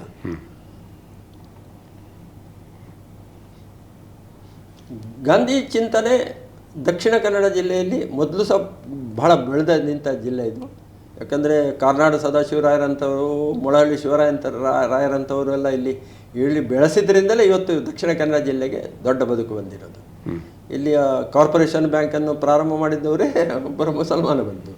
ಇದೆಲ್ಲ ಇರೋದರಿಂದ ಇಲ್ಲಿ ಸಾಮರಸ್ಯದ ಬದುಕನ್ನು ಬದುಕಿಸಲಿಕ್ಕೆ ಕಷ್ಟ ಅಲ್ಲ. ಇನ್ನೊಂದು ಸ್ವಲ್ಪ ಪ್ರಯತ್ನ ನಾವು ಕೆಲವು ಕಡೆಯಲ್ಲಿ ಮಾಡ್ತಾ ಇದ್ದೇವೆ. ಬೇರೆ ಬೇರೆ ಪ್ರಮುಖರನ್ನ ಜೊತೆ ಕೂತ್ಕೊಂಡು ಮಾತುಕತೆ ಮಾಡ್ತಾ ಇದ್ದೇವೆ. ಇದು ಸ್ವಲ್ಪ ಸಾಧ್ಯ ಆದರೆ ಅನುಕೂಲ ಆಗ್ಬೋದು. ಈಗ ಕೆಲವು ಮಠಾಧೀಶರು ಕೂಡ ವೇದಿಕೆಯ ಮೇಲೆ ಇದನ್ನೇ ಮಾತನಾಡಲಿಕ್ಕೆ ಶುರು ಮಾಡಿದ್ದಾರೆ. ಅವರನ್ನು ಕೂಡ ಕೆಲವರನ್ನು ಸಂಪರ್ಕ ಮಾಡ್ತಾ ಇದ್ದೇವೆ. ಹೋಗಿ ಮಾತನಾಡಿ ಅವರ ಜೊತೆಗೆ ಒಂದಷ್ಟು ಕೂತ್ಕೊಂಡು ಯಾಕೆ ಹೀಗೆಲ್ಲ ಆಗ್ತಾ ಇದೆ ಇದನ್ನು ಅವರಿಗೂ ಅರ್ಥ ಆಗ್ತಾ ಇದೆ. ಅರ್ಥ ಆಗಿಲ್ಲ ಅಂತಲ್ಲ. ಬಟ್ ಕೆಲವರಿಗೆ ಪಾಪ್ಯುಲಾರಿಟಿಯೇ ಕ್ವಶನ್ ಇರೋದರಿಂದ ಮುಸಲ್ಮಾನರಿಗೆ ಬೈದ ಕೂಡಲೇ ತಾನು ಲೀಡರ್ ಆಗ್ತೇನೆ ಅನ್ನುವಂಥ ಒಂದು ಕಲ್ಪನೆ ಇದೆ. ಇದನ್ನು ಹೋಗಲಾಡಿಸಬೇಕಾಗಿದೆ. ಈಗ ನೀವು ಸುದ್ದಿ ಮತ್ತು ಡಾಕ್ಟರ್ ಬಗ್ಗೆ ನಿಮ್ಮ ಹೇಳಿ. ಈಗ ನಾವು 39 ವರ್ಷದಿಂದ ಸುದ್ದಿ ಬಿಡುಗಡೆ ಡಾಕ್ಟರ್ ನಡೆಸ್ತಾ ಇದ್ದಾರೆ. ಇಲ್ಲಿ ಸುಳ್ಯದಲ್ಲಿ ನೀವೆಲ್ಲವನ್ನು ನೋಡಿದವರು, ನಿಮ್ಮ ಅಭಿಪ್ರಾಯ ಹೇಳಿಬಿಡಿ. ನಾನು ಗಮನಿಸ್ತಾ ಇದ್ದೇನೆ. ಇಲ್ಲಿ ನೀವು ಇದರ ಭ್ರಷ್ಟಾಚಾರದ ವಿರುದ್ಧ ದೊಡ್ಡ ಆಂದೋಲನ ಮಾಡಿದ್ದೀರಿ, ಚೆನ್ನಾಗಿ ಮಾಡಿದ್ದೀರಿ. ಅದನ್ನು ಹಿಂದೆ ಕಾಂಬಳೆ ಇರುವಾಗಲೂ, ಪತ್ರಿಕೆ ಆರಂಭಕ್ಕಿಂತ ಮೊದಲು ಬಳಕೆದಾರ ವೇದಿಕೆ ಇರುವಾಗಲೂ ಕಾಂಬಳೆ ಭ್ರಷ್ಟಾಚಾರದ ವಿರುದ್ಧದ ಹೋರಾಟದಲ್ಲಿ ಅದು ಆರಂಭ. ಆ ರೀತಿ ನಿಮ್ಮ ಕೆಲಸಗಳನ್ನು ನೋಡ್ತಾ ಬಂದಿದ್ದೇನೆ. ಸುದ್ದಿ ಬಿಡುಗಡೆಯ ಹೆಸರಿನಲ್ಲಿ ಒಂದು ಸಣ್ಣ ಸಾಮಾಜಿಕ ಚಟುವಟಿಕೆ, ಸಾಮಾಜಿಕ ಬದಲಾವಣೆಯ ಚಟುವಟಿಕೆ ಇದು ಮಾಡಲಿಕ್ಕೆ ಸಮರ್ಥರಾಗ್ತಿದ್ದೀನಿ. ಮತ್ತು ಪುತ್ತೂರಿನಲ್ಲಿ ಸಹ ನಾನು ಹಿಂದೆ ಪುತ್ತೂರಿನ ಸರ್ಕಾರಿ ಆಸ್ಪತ್ರೆ ಮತ್ತು ಇದು ಮೆಡಿಕಲ್ ಕಾಲೇಜಿನ ಬಗ್ಗೆ ಆದಾಗಲೂ ಹೋಗಿ ಕೂತ್ಕೊಂಡು ಮಾತುಕತೆಗಳನ್ನು ಮಾಡಿ ಅವರು ತುಂಬ ಯೋಚನೆಗಳನ್ನು ಮಾಡಿದ್ದಾರೆ. ದಕ್ಷಿಣ ಕನ್ನಡದ ದೃಷ್ಟಿಯಿಂದ ಇದನ್ನೊಂದು ಅಭಿವೃದ್ಧಿಯ ಪೂರಕವಾದಂಥ ಯೋಚನೆಗಳನ್ನು ಡೆವಲಪ್ ಮಾಡಬೇಕು. ಆಗ ಈ ಎಲ್ಲ ಉಳಿದ ಭಾಗಗಳು ಅಲ್ಲಿಗೆ ಗೌಣ ಆಗ್ಬೋದು ಅಂತ ನನಗೆ ಅನಿಸೋದು. ಒಂದು, ದಕ್ಷಿಣ ಕನ್ನಡದಲ್ಲಿ ಇರುವಂಥ ಕೊರತೆಗಳೇನು, ದಕ್ಷಿಣ ಕನ್ನಡ ಬೆಳವಣಿಗೆ ಇರಬೇಕಾದಂಥ ಕೊರತೆಗಳೇನು, ಇದನ್ನು ಹುಡುಕಿ ಅದನ್ನು ಈಗ ಡಾಕ್ಟರ್ ಚೆನ್ನಾಗಿ ಮಾತನಾಡ್ತಾ ಇದ್ದಾರೆ. ನನಗೆ ಮೊನ್ನೆ ನಮ್ಮ ಸೂರ್ಯನಾರಾಯಣ ರಾವ್ ಮತ್ತು ಇವರೆಲ್ಲ ಸಿಕ್ಕಿದ್ರು. ಡಾಕ್ಟ್ರು ಕರೆದಿದ್ದಾರೆ, ಒಂದು ಸಲ ಕೂತ್ಕೊಳ್ಳುವ ಅಂತ ಹೇಳಿದ್ದಾರೆ ಅಂತ ಹೇಳಿದ್ರು. ಅದನ್ನು ಆ ರೀತಿ ಅವರದ್ದೇ ಆದಂಥ ಒಂದು ಇದರಲ್ಲಿ ಅದನ್ನು ಡೆವಲಪ್ ಮಾಡ್ತಾ ಇದ್ದಾರೆ. ತುಂಬ ಚೆನ್ನಾಗಿ ಮಾಡ್ತಾ ಇದ್ದಾರೆ. ಅದು ಇನ್ನಷ್ಟು ಸಾರ್ವಜನಿಕವಾಗಬೇಕಾಗಿದೆ. ಜನರ ಸ್ಪಂದನ ಕೂಡ ಅದರ ಪೂರಕ ಹೋಗಬೇಕು. ನಮಸ್ಕಾರ ವೀಕ್ಷಕರೇ. ಅಣ್ಣಾ ವಿನಯಚಂದ್ರ ಅವರೊಂದಿಗೆ ಈ ಮಾತುಕತೆ ಬಹಳ ದೀರ್ಘವಾಗಿ ನಡೆಯಿತು. ತುಂಬ ವಿಶೇಷವಾದ ಒಳನೋಟಗಳನ್ನು ಅವರು ತೆರೆದಿಟ್ಟರು, ಅನುಭವಗಳನ್ನು ತೆರೆದಿಟ್ಟರು. ಇನ್ನು ಮುಂದೆ ಯಾರು ಸಾಮಾಜಿಕ ಜೀವನದಲ್ಲಿ ಮುಂದೆ ಹೋಗಬೇಕಾದವರು ನಿಜವಾಗಿ ಯಾವ ರೀತಿಯ ತಳಹದಿಯ ಮೇಲೆ ಅವರ ಭವಿಷ್ಯವನ್ನು ಕಟ್ಟಿಕೊಳ್ಬೇಕು ಅನ್ನೋದ್ರ ಬಗ್ಗೆ ಕೂಡ ಸೂಚ್ಯವಾಗಿ ಎಲ್ಲವನ್ನು ಹೇಳಿದ್ದಾರೆ.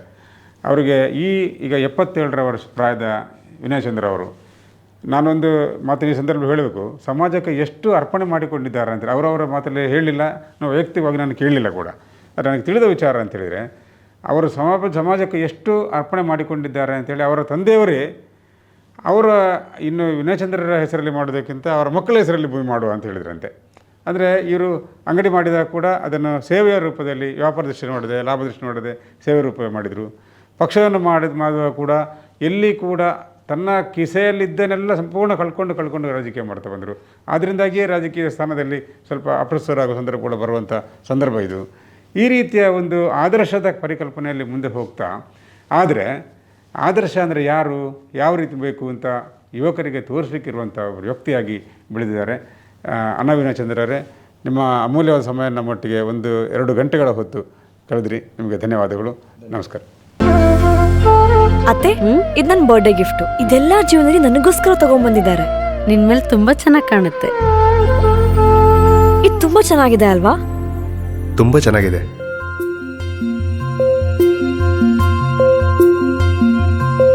It will look really good on you. Amma? Huh? Mother is always son's first love.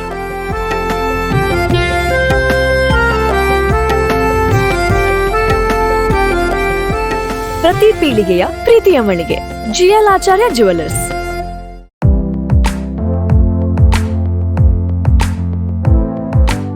Indian computer academy, learn from the experts. ಅತ್ಯುತ್ತಮ ಉದ್ಯೋಗಾವಕಾಶಕ್ಕಾಗಿ ಕಂಪ್ಯೂಟರ್ ಹಾರ್ಡ್ವೇರ್ ಮತ್ತು ನೆಟ್ವರ್ಕಿಂಗ್ ಕೋರ್ಸ್ಗಳು. ಈ ಕೋರ್ಸಿನ ಪ್ರಯೋಜನಗಳು: 3 ತಿಂಗಳ ಇಂಟರ್ನ್ಶಿಪ್ ಮತ್ತು ತರಬೇತಿ ಮುಗಿದ ಕೂಡಲೇ ತ್ವರಿತ ಉದ್ಯೋಗ ಅವಕಾಶ. ಕೇವಲ 4 ರಿಂದ 6 ತಿಂಗಳ ಕೋರ್ಸ್ ಅವಧಿಗಳು. ವಿದ್ಯಾರ್ಹತೆ: SSLC ಅಥವಾ ಮೇಲ್ಪಟ್ಟ ವಿದ್ಯಾರ್ಥಿಗಳಿಗೆ ಮುಕ್ತ ಅವಕಾಶ. ಹೆಚ್ಚಿನ ಮಾಹಿತಿಗಾಗಿ ಸಂಪರ್ಕಿಸಿ. ದೂರವಾಣಿ ಸಂಖ್ಯೆ 0824-224-1314. ಮೊಬೈಲ್ 7848820414. ಇಂಡಿಯನ್ ಕಂಪ್ಯೂಟರ್ ಅಕಾಡೆಮಿ, 2ನೇ ಮಹಡಿ, ಅನ್ನಪೂರ್ಣೇಶ್ವರಿ ಬಿಲ್ಡಿಂಗ್, ಪಂಪ್ವೆಲ್, ಮ್ಯಾಂಗಳೂರು. 2005ರಲ್ಲಿ ಆರಂಭಗೊಂಡಿರುವ ಶಿಕ್ಷಣ ಸಂಸ್ಥೆ ಇಂಡಿಯನ್ ಕಂಪ್ಯೂಟರ್ ಅಕಾಡೆಮಿ.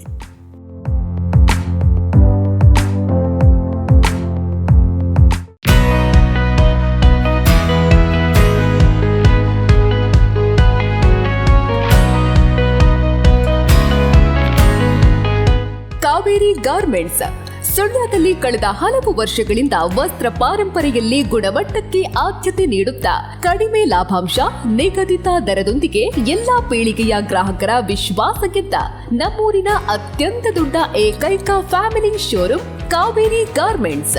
ಮದುವೆ, ಶುಭ ಸಮಾರಂಭಗಳ ಬಟ್ಟೆಗಳ ಅಪೂರ್ವ ಸಂಗ್ರಹದೊಂದಿಗೆ ಸದಾ ನಿಮ್ಮೊಂದಿಗೆ. ಭೇಟಿ ಕೊಡಿ, ಶ್ರೀರಾಂಪೇಟೆ, ಗೋಪಿಕಾ ಬಿಲ್ಡಿಂಗ್, ಮುಖ್ಯ ರಸ್ತೆ, ಸುಳ್ಯ. Phone number 7760190562. ಭಾನುವಾರವೂ ತೆರೆದಿರುತ್ತದೆ.